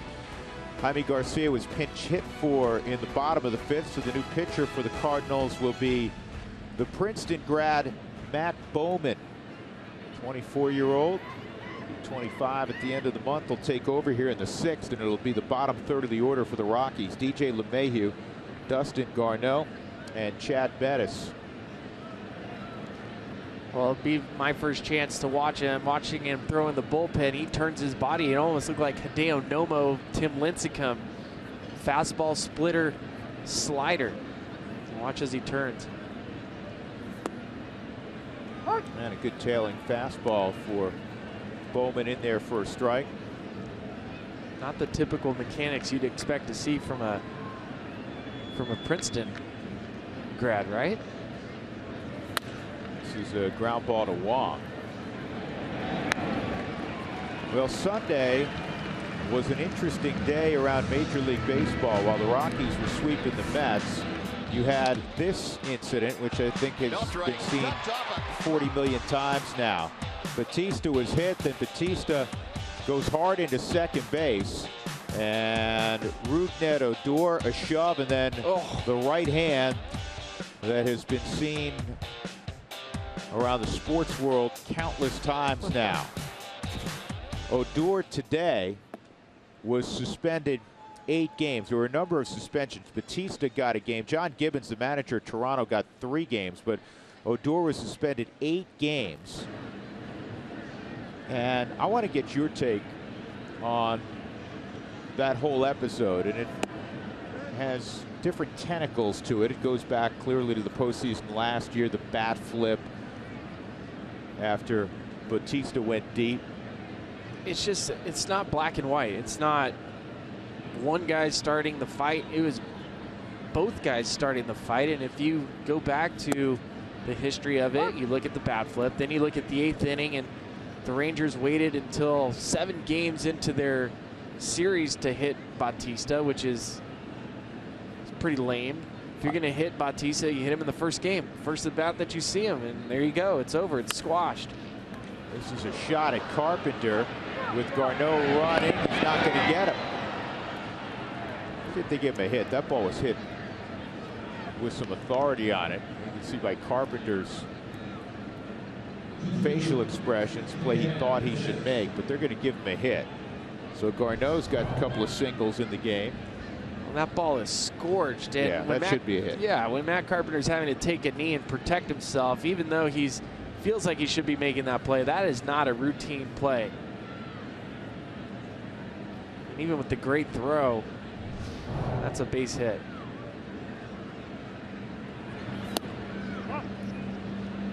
Here's the thing that bothers me. As much as it bothers me that they waited till basically the last at bat in the final matchup between these two clubs this year. They asked a kid who was not involved a year ago, who's making his second big league appearance, coupled with the fact this young man has overcome a ton to get to the big leagues. Matt Bush, who originally was a #1 pick of the Padres as a shortstop, didn't make it as that, had a lot of issues off the field, in fact was incarcerated at this time last year. He gets to the big leagues with Texas as a hard-throwing bullpen guy, and then you ask him to be the assassin? I have a problem with that. I do too. That's a tough position to put him in, and the way Bautista reacted off of it was he was trying to police the game himself. And you know, if you get hit, the base runner in his retaliation typically will try to take out a fielder. And whether that's right or wrong, it was the old school way of policing the game. And so Bautista going down to second base was going after Odor, trying to hurt him. But Odor was receiving the baseball and trying to, what seemed to me to look like a low throw, trying to hit Bautista in the face. Both guys get up, they square up, and the rest is history. Odor has a fantastic right cross, by the way. Yeah, it was not one of those wild, sloppy, haymaker type of punches you often see in these situations. And honestly, here's the 1-2. Bettis pulls it back, and he's gone. 2 outs, and that'll bring up Blackman. Honestly, I think some of the severity of the suspension had more to do with the fact that he, you know, how violently he connected. I mean, if he takes a wild swing there and misses, 3 games. Wouldn't you agree? Yeah, I would agree. So he's getting punished because he's a pretty good fighter. He's a great fighter.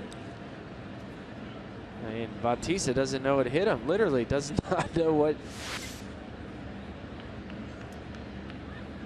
I mean, at the end of the day, I get it. You never expect to see guys go to blows. Not like that. Is there a place in the game for it? Probably not. Not like that. Do I respect the fact that there was a little old school part of baseball popping up? Yeah, kind of. I just don't like the entire progression of it. I don't like how it waited till the very last day for this whole thing to finally explode. Two teams that didn't like each other going back to last year, and you wait till the last game knowing that you're not going to play them again for the rest of the season. That to me is what's tired about the whole situation. Yeah, and as I said a moment ago, asking Bush to be the guy that plunks him.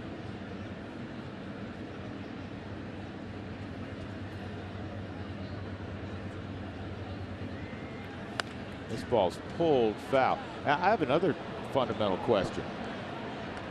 This is in 1972. Bautista, yeah, it was a dramatic bat flip. It was also the postseason. It wasn't a stare at the other dugout.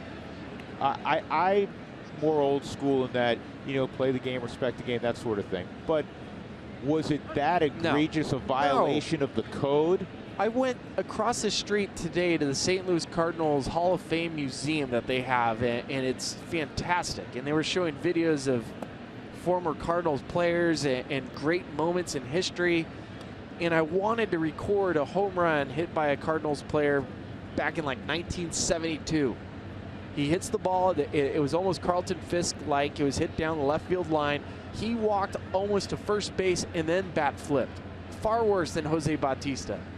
And the reason why we don't know about it is because there's not a lot of video showing it.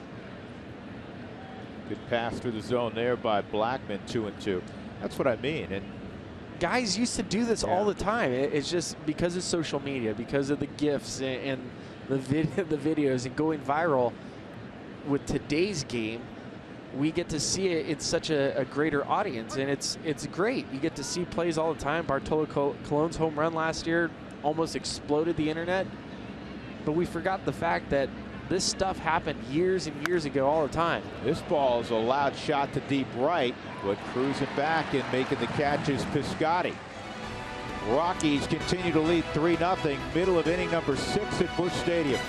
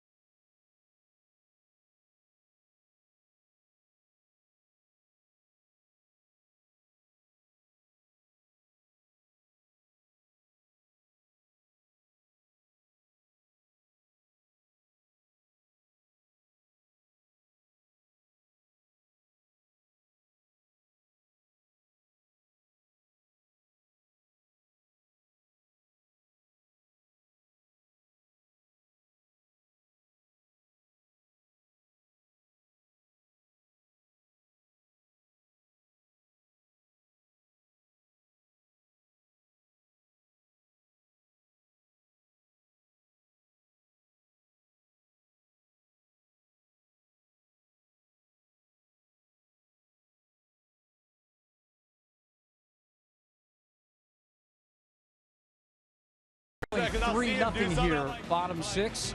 Let's talk about some goodwill amongst players, and it was here last night in St. Louis. Jason Mott, the former Cardinal, former Cub, and now with the Rockies, had his annual cornhole charity event, and it's to help cancer and cancer patients. He's trying to strike out cancer.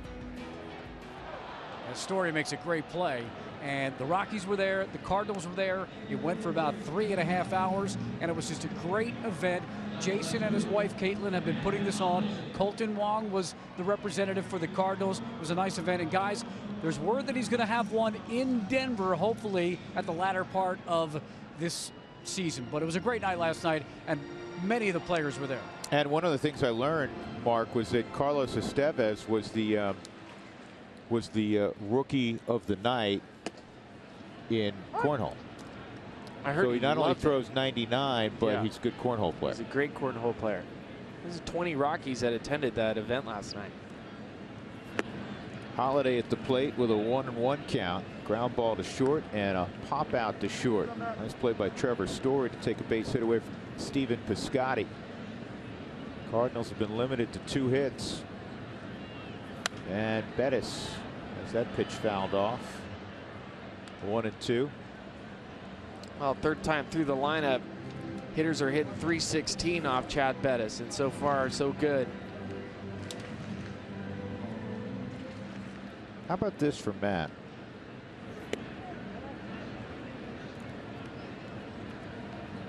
Matt has in his career 512 hits at Busch Stadium, 511 hits at Coors Field. Good player. Rockies have made a defensive change. Gerardo Parra's come in left field with a 3-0 lead in the latter third or so of the game, and Ryan Rayburn goes out. Of course, Jaime Garcia is out of the ball game also. And this is a ground ball toward DJ. 2 outs.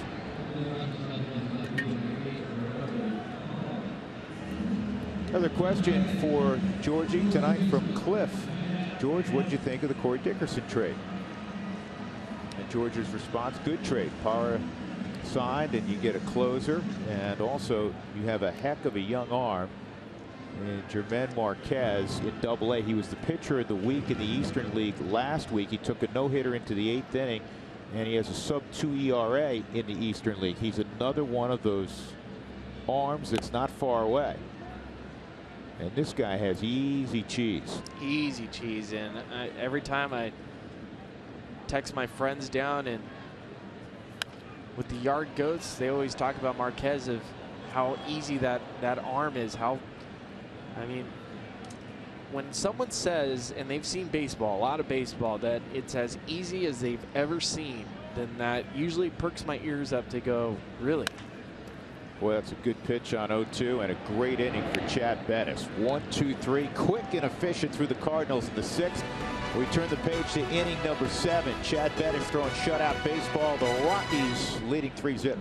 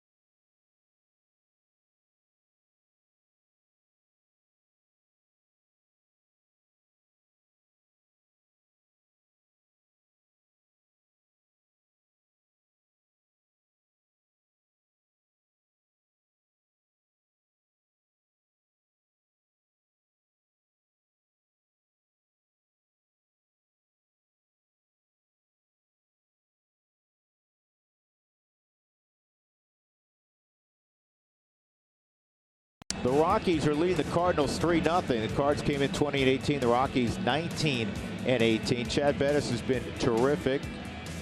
And Nolan Arenado had another 2-out RBI. More than half of his ribbies this year have come with 2 outs. And the Rockies grinded away against Jaime Garcia. They ran him off after 5 innings.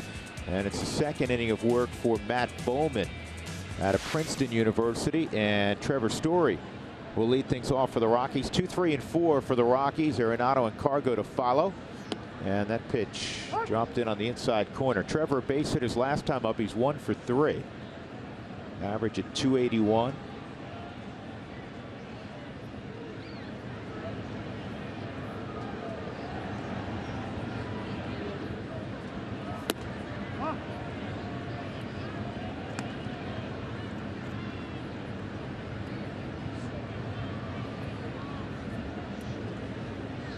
Story been really balanced. He's hit 282 at home, 278 out on the road. Good pitch. 1-2.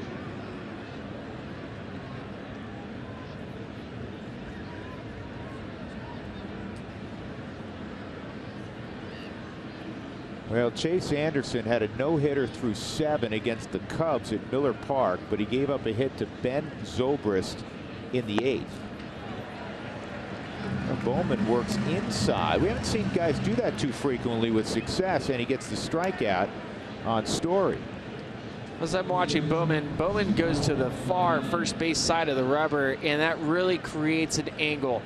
See, that's a sinker that just comes in and chases Story well off the plate, but with that angle, it makes it pretty tough.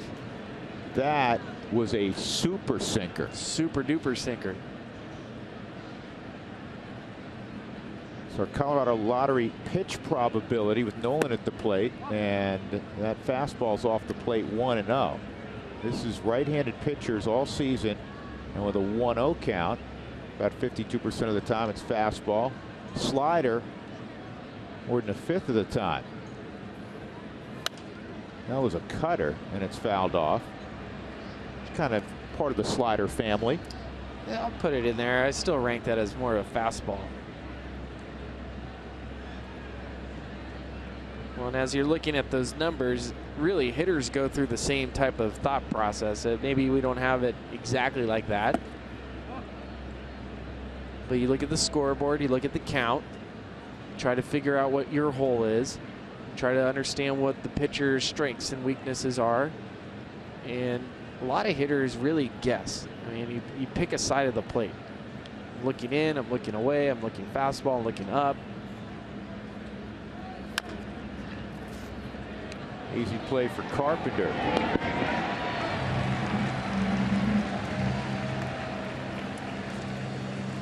And with 2 outs, that'll bring up Cargo. Cargo 0 for 3 tonight. Drove a ball to the wall in center his first time up. That was our first indication that the ball's not going anywhere tonight. And we've seen a couple other balls hit that didn't travel as well as you thought. Matt Carpenter had one. Brandon Moss had one. Trevor Story had one also. 2 outs, nobody on, and Cargo takes a strike.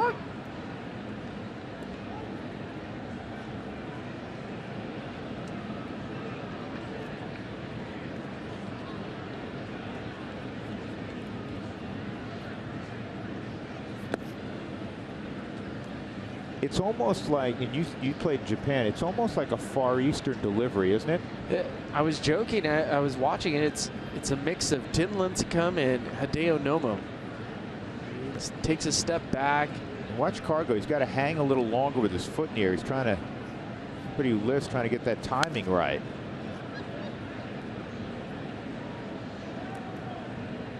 I think when you talk to hitting instructors, well, you studied a lot of hitters and were a terrific hitter yourself.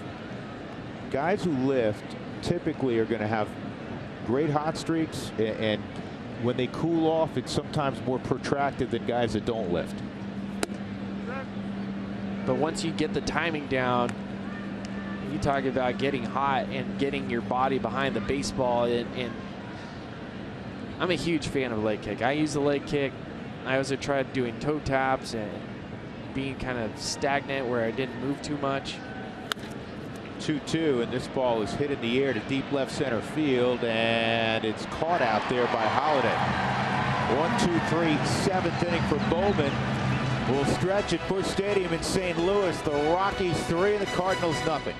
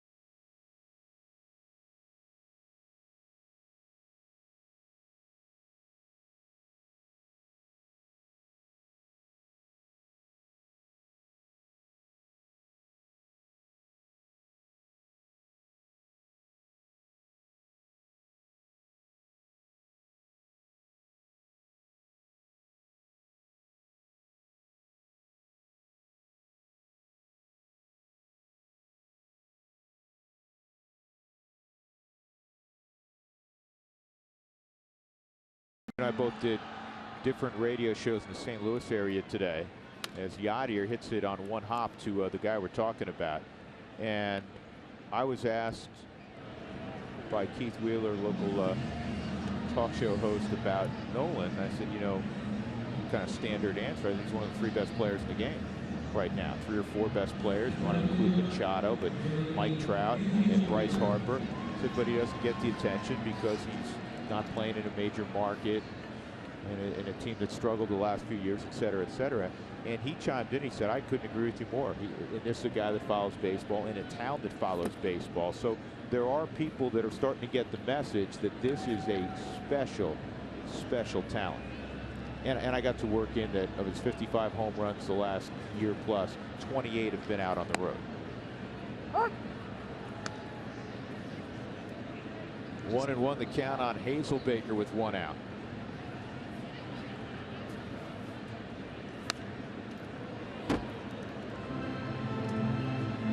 One and 2.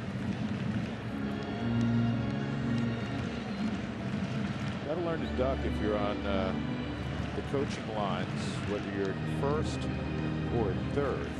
Well, that's Bill Mueller, and he's had to coach first base because Jose Oquendo is out for the year with a knee replacement. Jose, who's been on the third base coaching line seemingly forever for the Cardinals, also one of the better fungo hitters. Fungo hitters, one of the better golfers in the baseball world. 2 and 2. That's fouled off on Hazelbaker.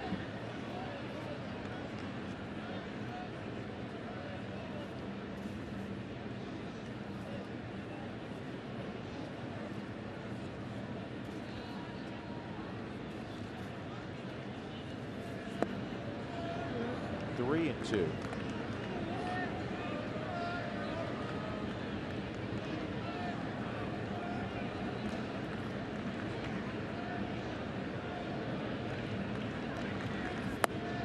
Strike 3 on the corner, and Hazelbaker called out on strikes for the 2nd time tonight. And that is the 4th strikeout for Chad Bettis. 2 gone, nobody on. And Diaz will come up. Coors Light Cold Hard Facts brought to you by Clean and Crisp Coors Light. Well, the Cardinals have won the World Series 11 times, most of any team in the National League since 1919. This is the most mind-boggling stat I've read in a while. Think about this. Since 1919, they finished in last place 1 time, once, back in 1990. Their last losing month was June of 2012. I mean, that stuff's ridiculous. And again, they haven't had a losing season, period, under 500 since 1999. That is remarkable. 2-0 on Aledmys Diaz. That misses. 3-0. I was reading a great story today in the Hall of Fame about how Branch Rickey was with the Cardinals, and some believe that he is the one that invented minor league baseball. In fact, he did not. He found the first loophole in the way that baseball was designed and had the St. Louis Cardinals because they kept getting outbid by other minor league teams, by other major league teams for minor league players, that he got ownership with the St. Louis Cardinals to invest in several minor league teams so that they would have first right to the players off those teams. So essentially creating the minor league system. Yeah, well, did a whole lot for the game, didn't it? Did a lot. There's Bill Miller at first, greeting Aledmys Diaz. You may recall that Mr. Miller won a batting title. He's a good player. He's a good player. You used to see him a lot when he was with the Giants. Won the American League batting title in 2003 with the Red Sox. Hit .326.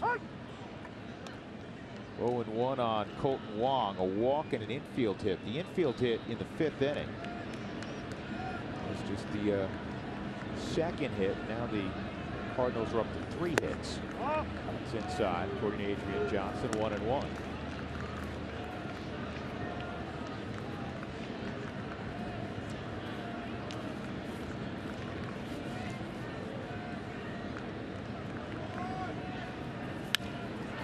That's going to drop in the left center field for a knock. And now St. Louis will go to their bench again. Randall Grichuk.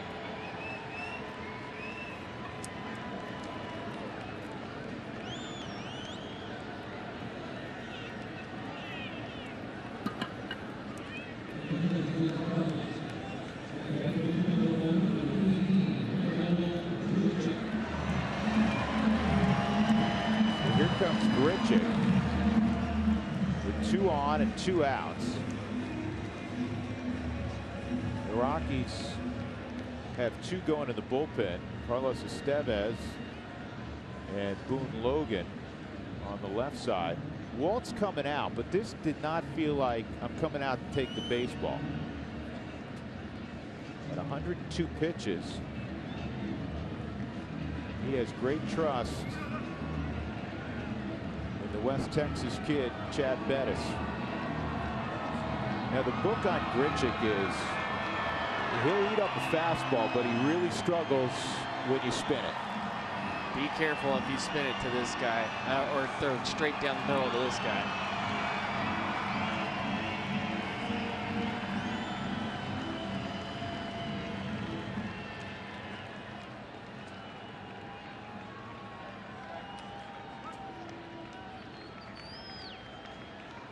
So here we go. Bettis to Grichuk. And that's pulled for a base hit. And the Cardinals are going to get a run out of the deal.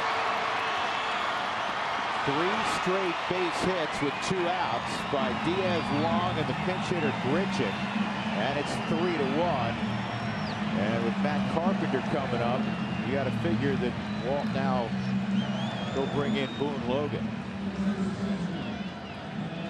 This is where the last couple of outings we've seen Chad kind of run out of gas. And for Grichuk, a guy that's been struggling, pinch hitting in these situations are so great because there's no thought process. He's not thinking about 4 at bats. There's the off-speed pitch. It just happens to be middle, and a pitch that he's able to handle quite easily. Pulls it right through the 5.5 hole. Still a great night for Chad Bettis. He goes 6 2/3, 3-1 Colorado.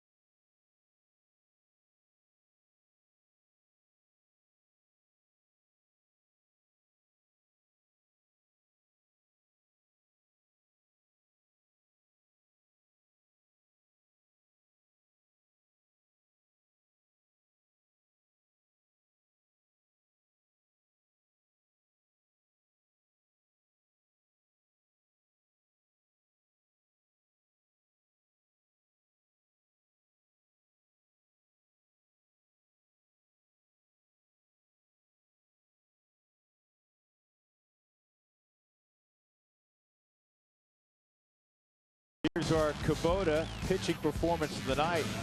We look in at the work of Chad Bettis. He's responsible for the runners on base, but 6 2/3, just 5 hits, a couple walks, 4 strikeouts.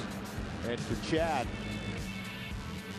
it was his 8th straight game that he's pitched at least 6 innings. So he's given the Rockies length every time he takes the baseball. And he's in line for his 4th victory of the year. They'll get some bullpen help. Boone Logan on to face Matt Carpenter with 2 outs. Well, Matt Carpenter 2 for 3 lifetime against Boone Logan, but Boone Logan of late has been virtually, I don't want to say it to jinx it, but he's been virtually unhittable. 10 1/3. He's only given up 5 hits and 12 strikeouts. Look at the whip, you look at the opponent average, it's all dialed into one thing. His slider is back. Wong at second, Grichuk's at first. Crowd buzzing for the first time tonight on this very chilly St. Louis night. Logan to Matt Carpenter, and that's in there for a strike.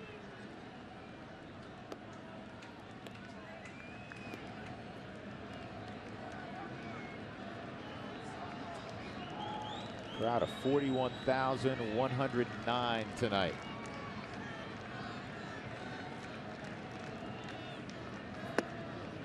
One and one. The Cardinals at Busch Stadium, they remind me so much of the San Francisco Giants. The way the crowd gets involved, the way the bullpen, always having great starting pitching, always having tough outs.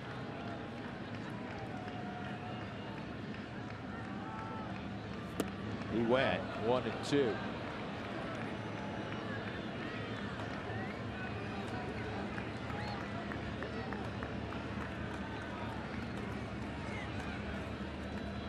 Carpenter's holding the bat like Felix Milan. Soon-Won Oh is throwing in the Cardinals bullpen. Better known in Japan as the final boss. Really? Yeah. 1-2. 2-2. Try to get him a bite on that slider. 3-1 Colorado. Bottom of 7.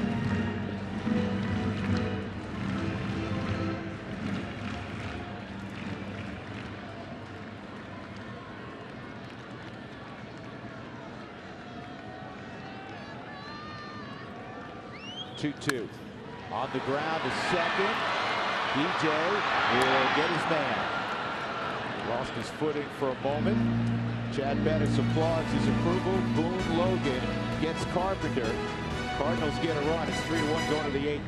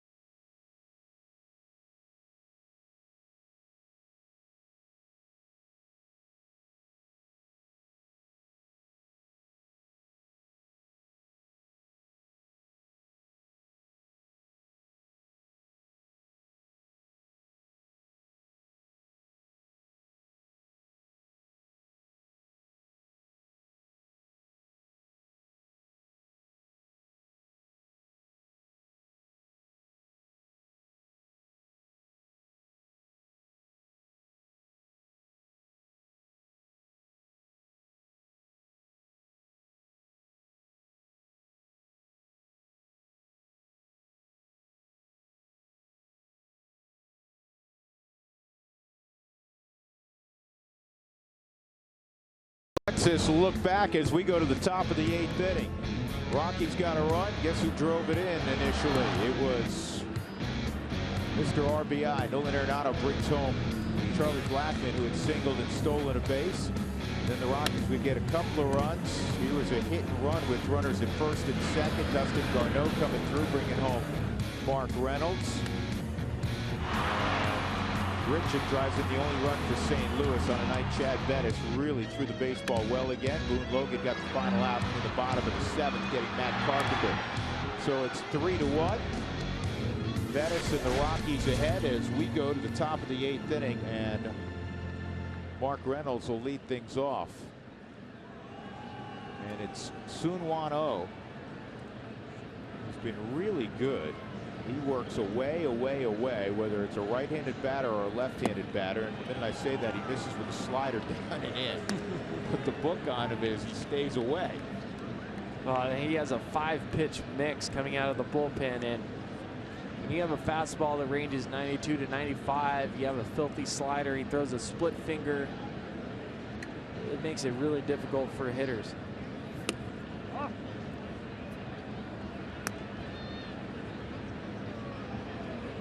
The final boss.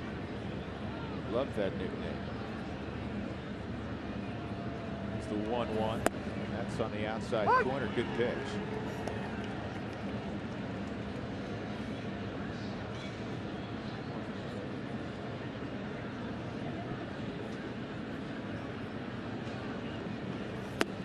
And he strikes out Mark Reynolds.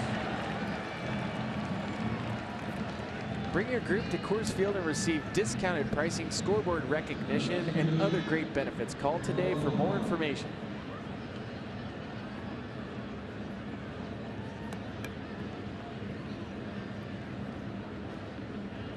Soon-Won is from South Korea.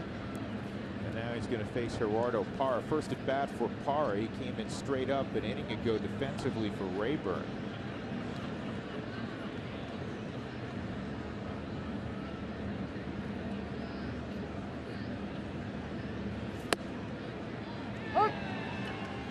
Well, O went to Japan and played for the Hanshin Tigers. Matt Merton was a teammate of his, and in the short time that he was with the Hanshin, he set new save records in the Japanese league.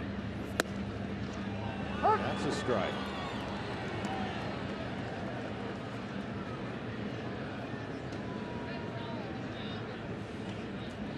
He had 277 saves in Korea, added 80 more in Japan. And he's got 2 strikeouts here in the 8th inning. You never faced him though, huh? I never faced him. No, I was out of the game by then. 2 outs. That'll bring up DJ. And here's another question for George from Edwin. Since the Rockies technically don't have an ace yet, who would you say could classify as one? And George responds better with his success. Hope De La Rosa gets back soon. And I would add to George's response that stuff-wise, John Gray has front of the rotation stuff, and he's pitched like, you know, it's only 3 games, but he's pitched like a frontline guy his last 3 outings. He really has. And the confidence to me is soaring when you're watching John Gray pitch.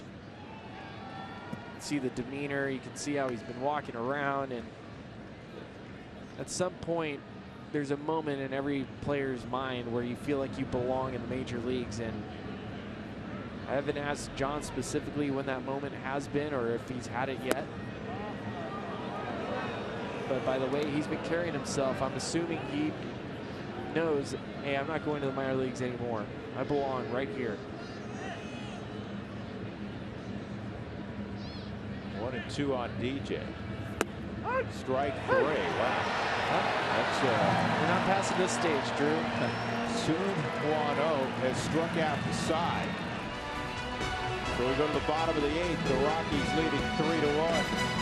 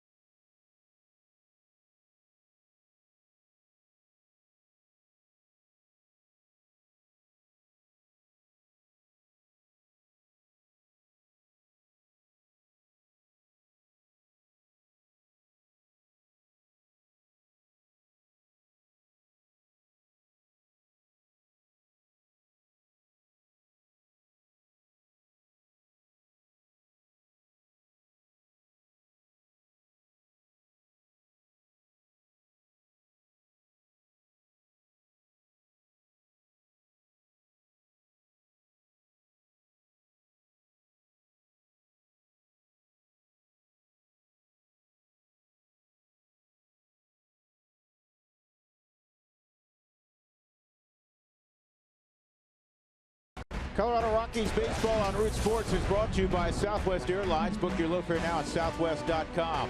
By Wells Fargo. Wells Fargo customers get your 2-for-1 Rockies club level tickets by visiting wellsfargo.com/Rockies. By Reserve Casino Hotel, I-70 West to exit 243 in Central City. And by Volkswagen. Drew Goodman, Ryan Spilborghs, Mark Stout. Here we go, 8th inning. Carlos Estevez to Stephen Piscotty, and he throws him a slider at 83 for strike one. Piscotty tonight 0 for 3, a couple of ground outs and a line drive to short. Nice leaping catch by Trevor Story. Rockies up 3-1 in the 8th, and another slider's inside. Estevez. The number that is most important right there is the league's hitting just 195 against him. He has moved into a key role late in ball games, and that one by him at 96. Had a nice chat with Carlos Estevez. It's impossible not to have a nice conversation with this young man. He's such a pleasant, outgoing personality. He's from Santo Domingo originally. Here's the 1-2, swung on and missed. See you later. And you know, he speaks fluent English, and I asked him about that, and he said, I grew up and I was watching a lot of television and picked up that way. He went to the States quite a bit. He was in the RBI program out of Santo Domingo, and he was on a lot of, naturally, all-star teams. So he played in Florida, he played in California. And at one point, as Matt Holliday, it's a high fly ball to Carr going right. 2 outs. At one point, he was recruited by a West Virginia prep school to go and play high school baseball there. So for a year, he went to high school his junior year in West Virginia. He said, unfortunately, the school ran out of funds and it closed down after that year that he was there, and he went back and finished high school in Santo Domingo. He didn't sign at 16. Which a lot of Dominican kids who are really gifted do. And I was shocked by that. And I said, how is that? Were you, a lot smaller? He goes, well, I didn't throw hard. I said, well, how hard did you throw? He said 88. I said, that's pretty hard at 16. I said, how big were you? He said about 6'4". I said, how'd they miss signing you? But he was happy that, he got the education, and then he ended up signing at 18. He's 6'6" now, folks. And he's a very bright young man. He said if it wasn't playing baseball, he wanted to be a civil engineer. 0-2, and Adams takes that off the plate. 1-2. Estevez went for the quick pitch right there to try to finish the inning, and I think he caught Adrian Johnson behind the plate off guard too. A lot of guys are going to that. Rustin uses it a little bit, and that's a broken bat, foul ball. Rockies dugout stores are the place for all things Rockies. Stop by any of the 6 dugout store locations to get ready for your next game.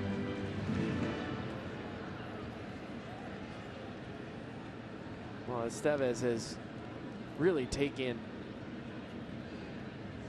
opportunities and has pushed himself into the 8th inning. I mean, he is essentially the setup man now in less than 4 weeks' time with the Rockies team. For a manager, Spilly, you can't just read stuff. The kid's got the stuff. We understand that. You have to read, how he carries himself. And boy, he carries himself in a manner that says, hey, wherever you want me, I'm going to handle it. And he has a very quick 1, 2, 3, 8th inning, a strikeout, and a couple of fly balls. We'll go to the 9th. The Rockies in charge 3-1.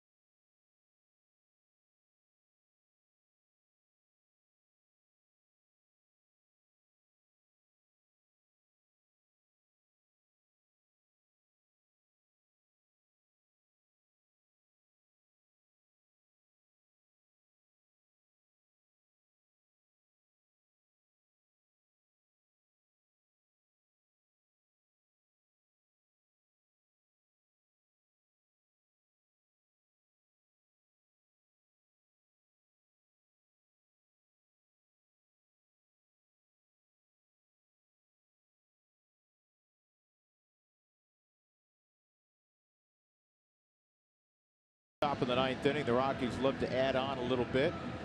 Dustin Garneau is going to lead it off in the top of the ninth with the Rockies ahead by a couple of runs. Here's our CenturyLink link to what's next. Chris Russin will have the baseball tomorrow for the Rockies, and Adam Wainwright will make his 9th start. Un-Wainwright-like numbers, 6.80 ERA. And the opposition hitting .330 against Wainwright so far. But first things first, the Rockies want to win the 9th inning, thusly win the baseball game. And the left-hander Dean Kiekefer is in for St. Louis. Garneau and then Christian Adames will pinch hit, to be followed by Charlie Blackmon. Garneau's had a very good night. Good night behind the plate. He's 2 for 3, including an RBI line drive single back in the 4th inning. And Garneau hits this in the air to fairly deep right field. Piscotty makes the catch, 1 out. Live Rockies baseball is back in 2016 with MLB.com at bat on your smartphone or tablet. Stay connected with stats, news, and more. Well, Kiekefer is another St. Louis Cardinals. You joked earlier about how, hey, if you just get drafted by the Cardinals, you're going to end up in the big leagues. 36th round draft choice, and here he is. Yeah, you start looking at the odds of a 36th round guy making it to the big leagues. They're astronomical. He was the 1,099th overall pick in June of 2010. Adames fouls it off. He's from Louisville, Kentucky. And this guy earned his way up here. You look at his numbers all through the minor leagues. Ridiculous numbers. Only 47 walks in 339 innings. You have to do something if you're drafted down there to stand out. If a team has money invested in you, you're going to have, well, that's a gorgeous bunt. Just pick it up and toss it to the pitcher. Adames with a bunt single. If a team has money invested in you, you're going to get a number of opportunities to fail. If you're drafted in the 36th round, you better do something to get noticed. What a great butt by Christian Adames on a changeup, and that's where you're just trying to put it fair foul. He wasn't sneaky with it. Wasn't all of a sudden just trying to catch him off guard. He set up early, just laid down a perfect bunt.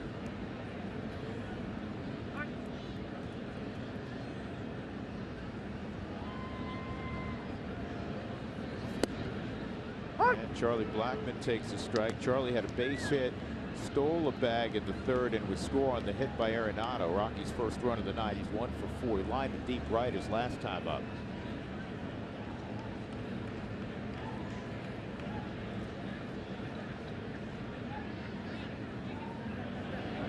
If you're interested a little bit more on Dean Kiekefer, out of high school he was drafted by the Cleveland Indians in the 37th round. He said, I'm going to wait. I think I can do better than that. And he did. Yeah, he moved did. up around out of Louisville.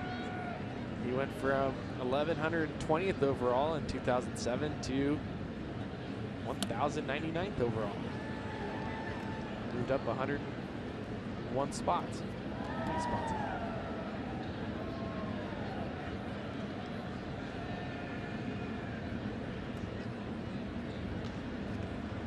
Major League debut 4 days ago. 0-2 on Blackmon.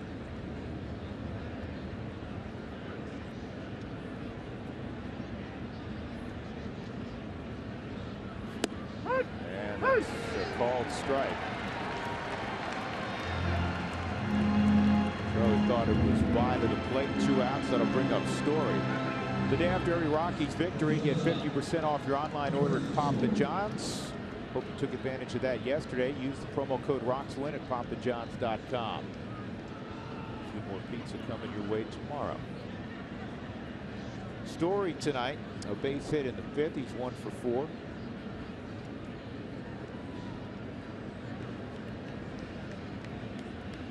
Rockies got all their runs against the starter Jaime Garcia. Garcia had come into the ballgame with a 2.58 ERA, and the league was hitting 171 against him.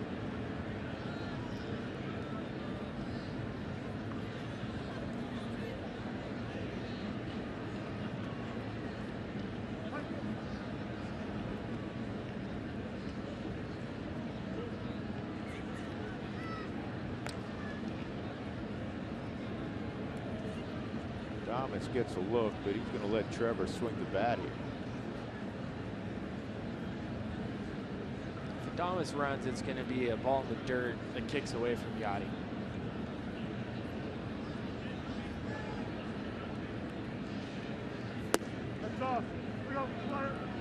2-0. Jake McGee, if you're looking ahead to the ninth, we'll see Yachty or Molina, Jeremy Hazelbaker scheduled, and Aledmus Diaz. Jake looking on, a dozen saves for McGee, saved every game in the Mets series. 2-0. Well, that's a good play by the on-deck hitter, who's supposedly good defensively. Off camera, Nolan jumped up, speared the foul ball. He's always playing. Yeah, it was a great play. Great wiffle ball player. Yeah. Great punch ball player, right? I still don't know what punch ball is. He did exhaustive research to find out. 3-1.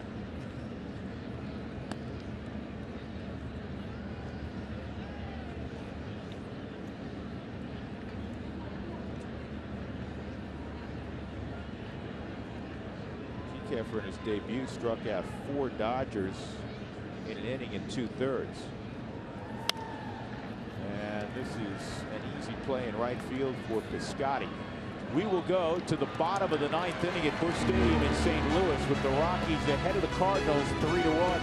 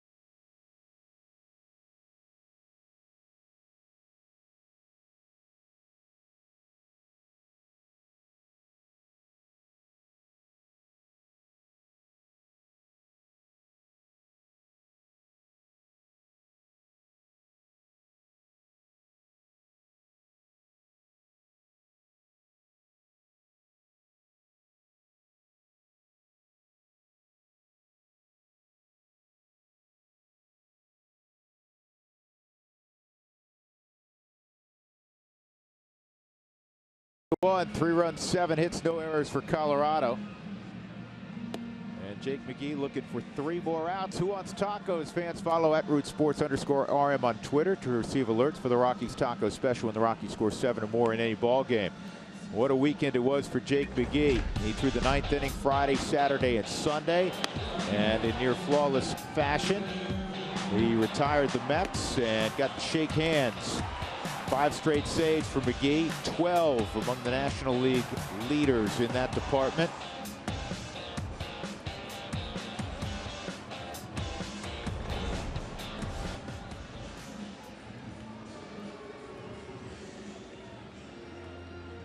So here we go. Yachty or Molina is going to lead it off. Yachty is 0 for 3 in the game. Brought a .333 average into the park tonight.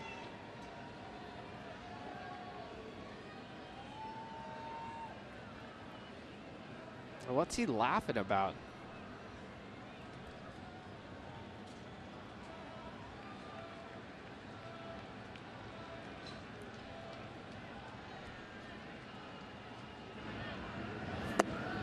And the first pitch is in there for a strike, and that's typically what we see. You know, a lot of 91s and 92s early, and then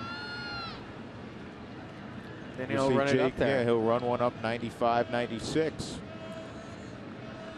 He's working that breaking ball a lot more. He goes fastball again. just missed. 1 ball, 1 strike on Molina. Year in and year out, one of the toughest guys to fan in the National League. Yeah, he's having a good time. Something's amusing to him.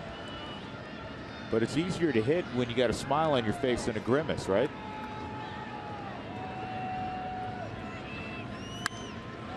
And a base hit.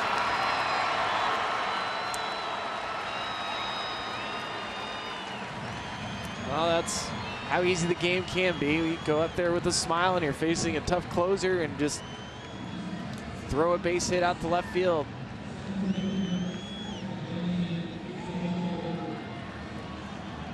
That'll bring up the center fielder, Hazelbaker. He had an infield hit in the 5th. 2 strikeouts as well, 1 for 3. All of those at bats against Chad Bettis. Bettis went 6 2/3, allowed a run on 5 hits, a couple of walks, 4 strikeouts. Well, the next couple of guys have significant power. Hazelbaker and Oledmus Diaz.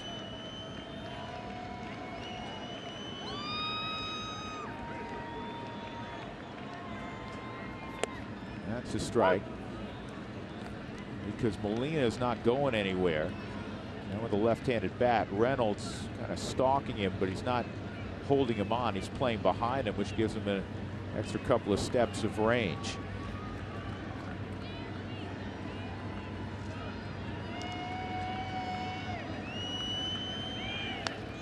And the curveball was fouled off, 0-2. That was a very healthy cut on that pitch. It's a hanger. Yeah, you watch a swing like that, you're not going to throw a curveball the rest of the at bat. Or if you are, you're going to hopefully throw a better one. Throw it in the dirt.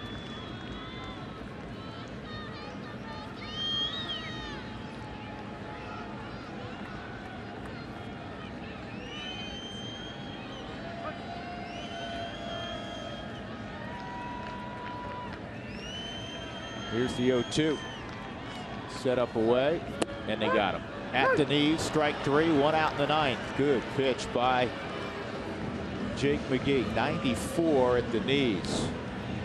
That's what happens. You miss your pitch in the big leagues, you're not going to get that pitch again. And McGee, you were talking about it, Drew. He sits 91, 92, and then when he wants to, he can run it up to 94 miles an hour. Talk about location. Perfect spot, and the way Garneau received that.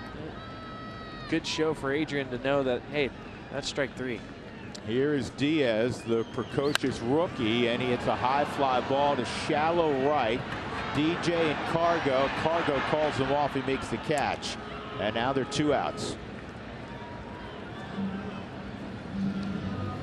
Boy Scouts and Girl Scouts make plans now to attend a Scout Day during the season at Coors Field. Participating Scouts receive a Scout Day patch and opportunity to present the colors at a 2016 game.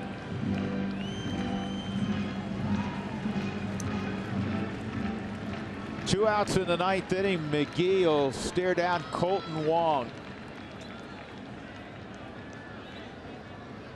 Wong tonight 2 for 2 and a walk. And there's strike 1. A little surprised not to see a Ruben Tejada or Jed Jerko getting a pinch hit. Jerko will come up next if that spot comes up, but I thought maybe Matheny would use his extra infielders to give a righty-lefty matchup. 1-1 on Wong.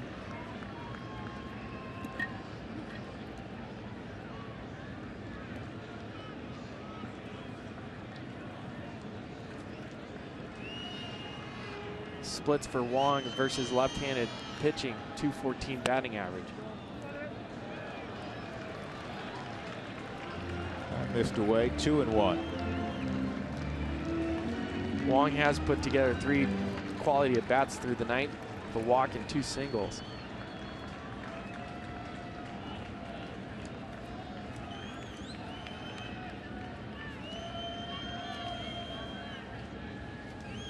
Runner going, and it's fouled off.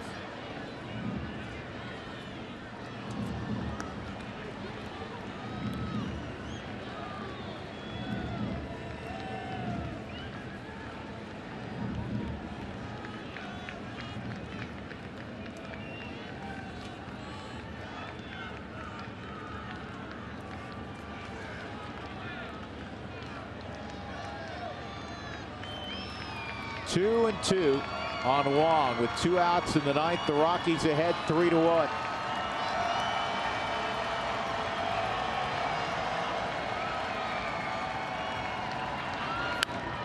And another foul ball on a 97-mile-an-hour fastball. It's in there. He's sandbagging. He waits.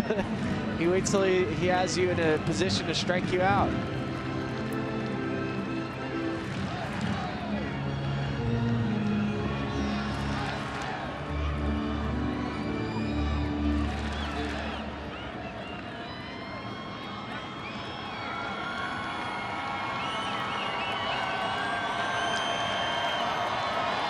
McGee is ready. Here's another 2-2. And moving up, Molina. He's at second. 3-2 on Colton Wong. The visit here with the runner on second. They want to go over signs, I would assume. Sequence. It's a chance to ask him really quickly, too. What pitch do you want to throw right here? Feel good with the fastball? Do you want to throw your curveball again?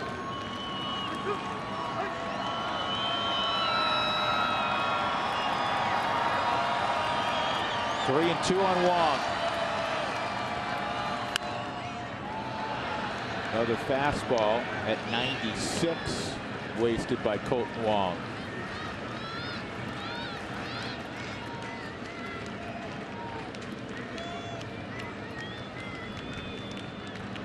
See, 96 miles an hour. That pitch is right down the middle, but because of the velocity, that's not going to get squared up. His margin for error is greater when he throws the higher velocity. That pitch at 91, different ball game right now. Here we go again. Misses inside, and now you have 2 on. And you're going to get a pinch hitter. Jed Jerko, the former Padre. The Rockies very familiar with Jerko. McGee not so much, having played in the American League.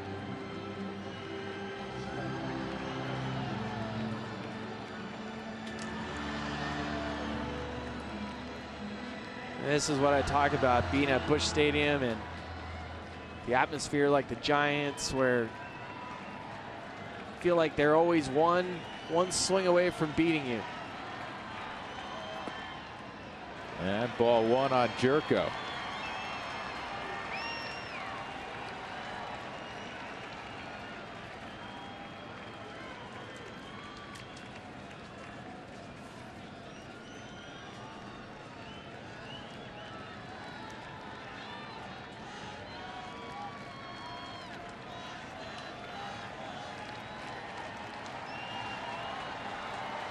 Came in the trade for John Jay in the offseason. And it's 2-0.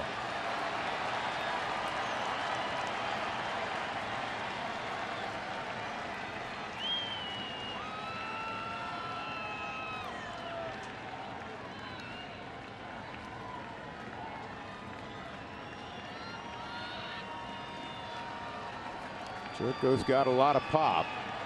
Here's the 2-0, and that's fouled off. Good swing right there on a fastball. Hunting fastball, you know it's coming when you're facing Jake McGee.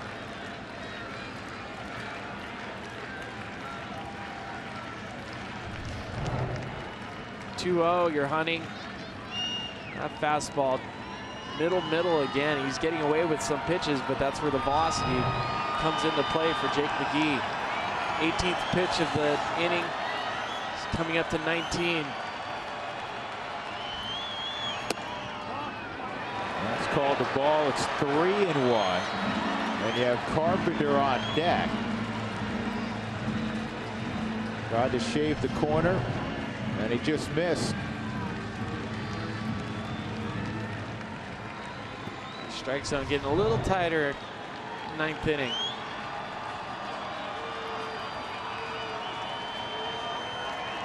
Rockies up 3-1. It's a 3-1 count on Jerko, and he threw it by him. 3-2. Jerko earned a big deal with the Padres. They may have jumped the gun a little bit after he hit 23 home runs, but good for him. He's getting well paid. He really is. I was surprised with that deal once he signed it with San Diego.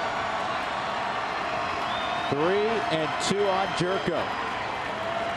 He's got a ball game over, and the Rockies win it 3-1 over St. Louis.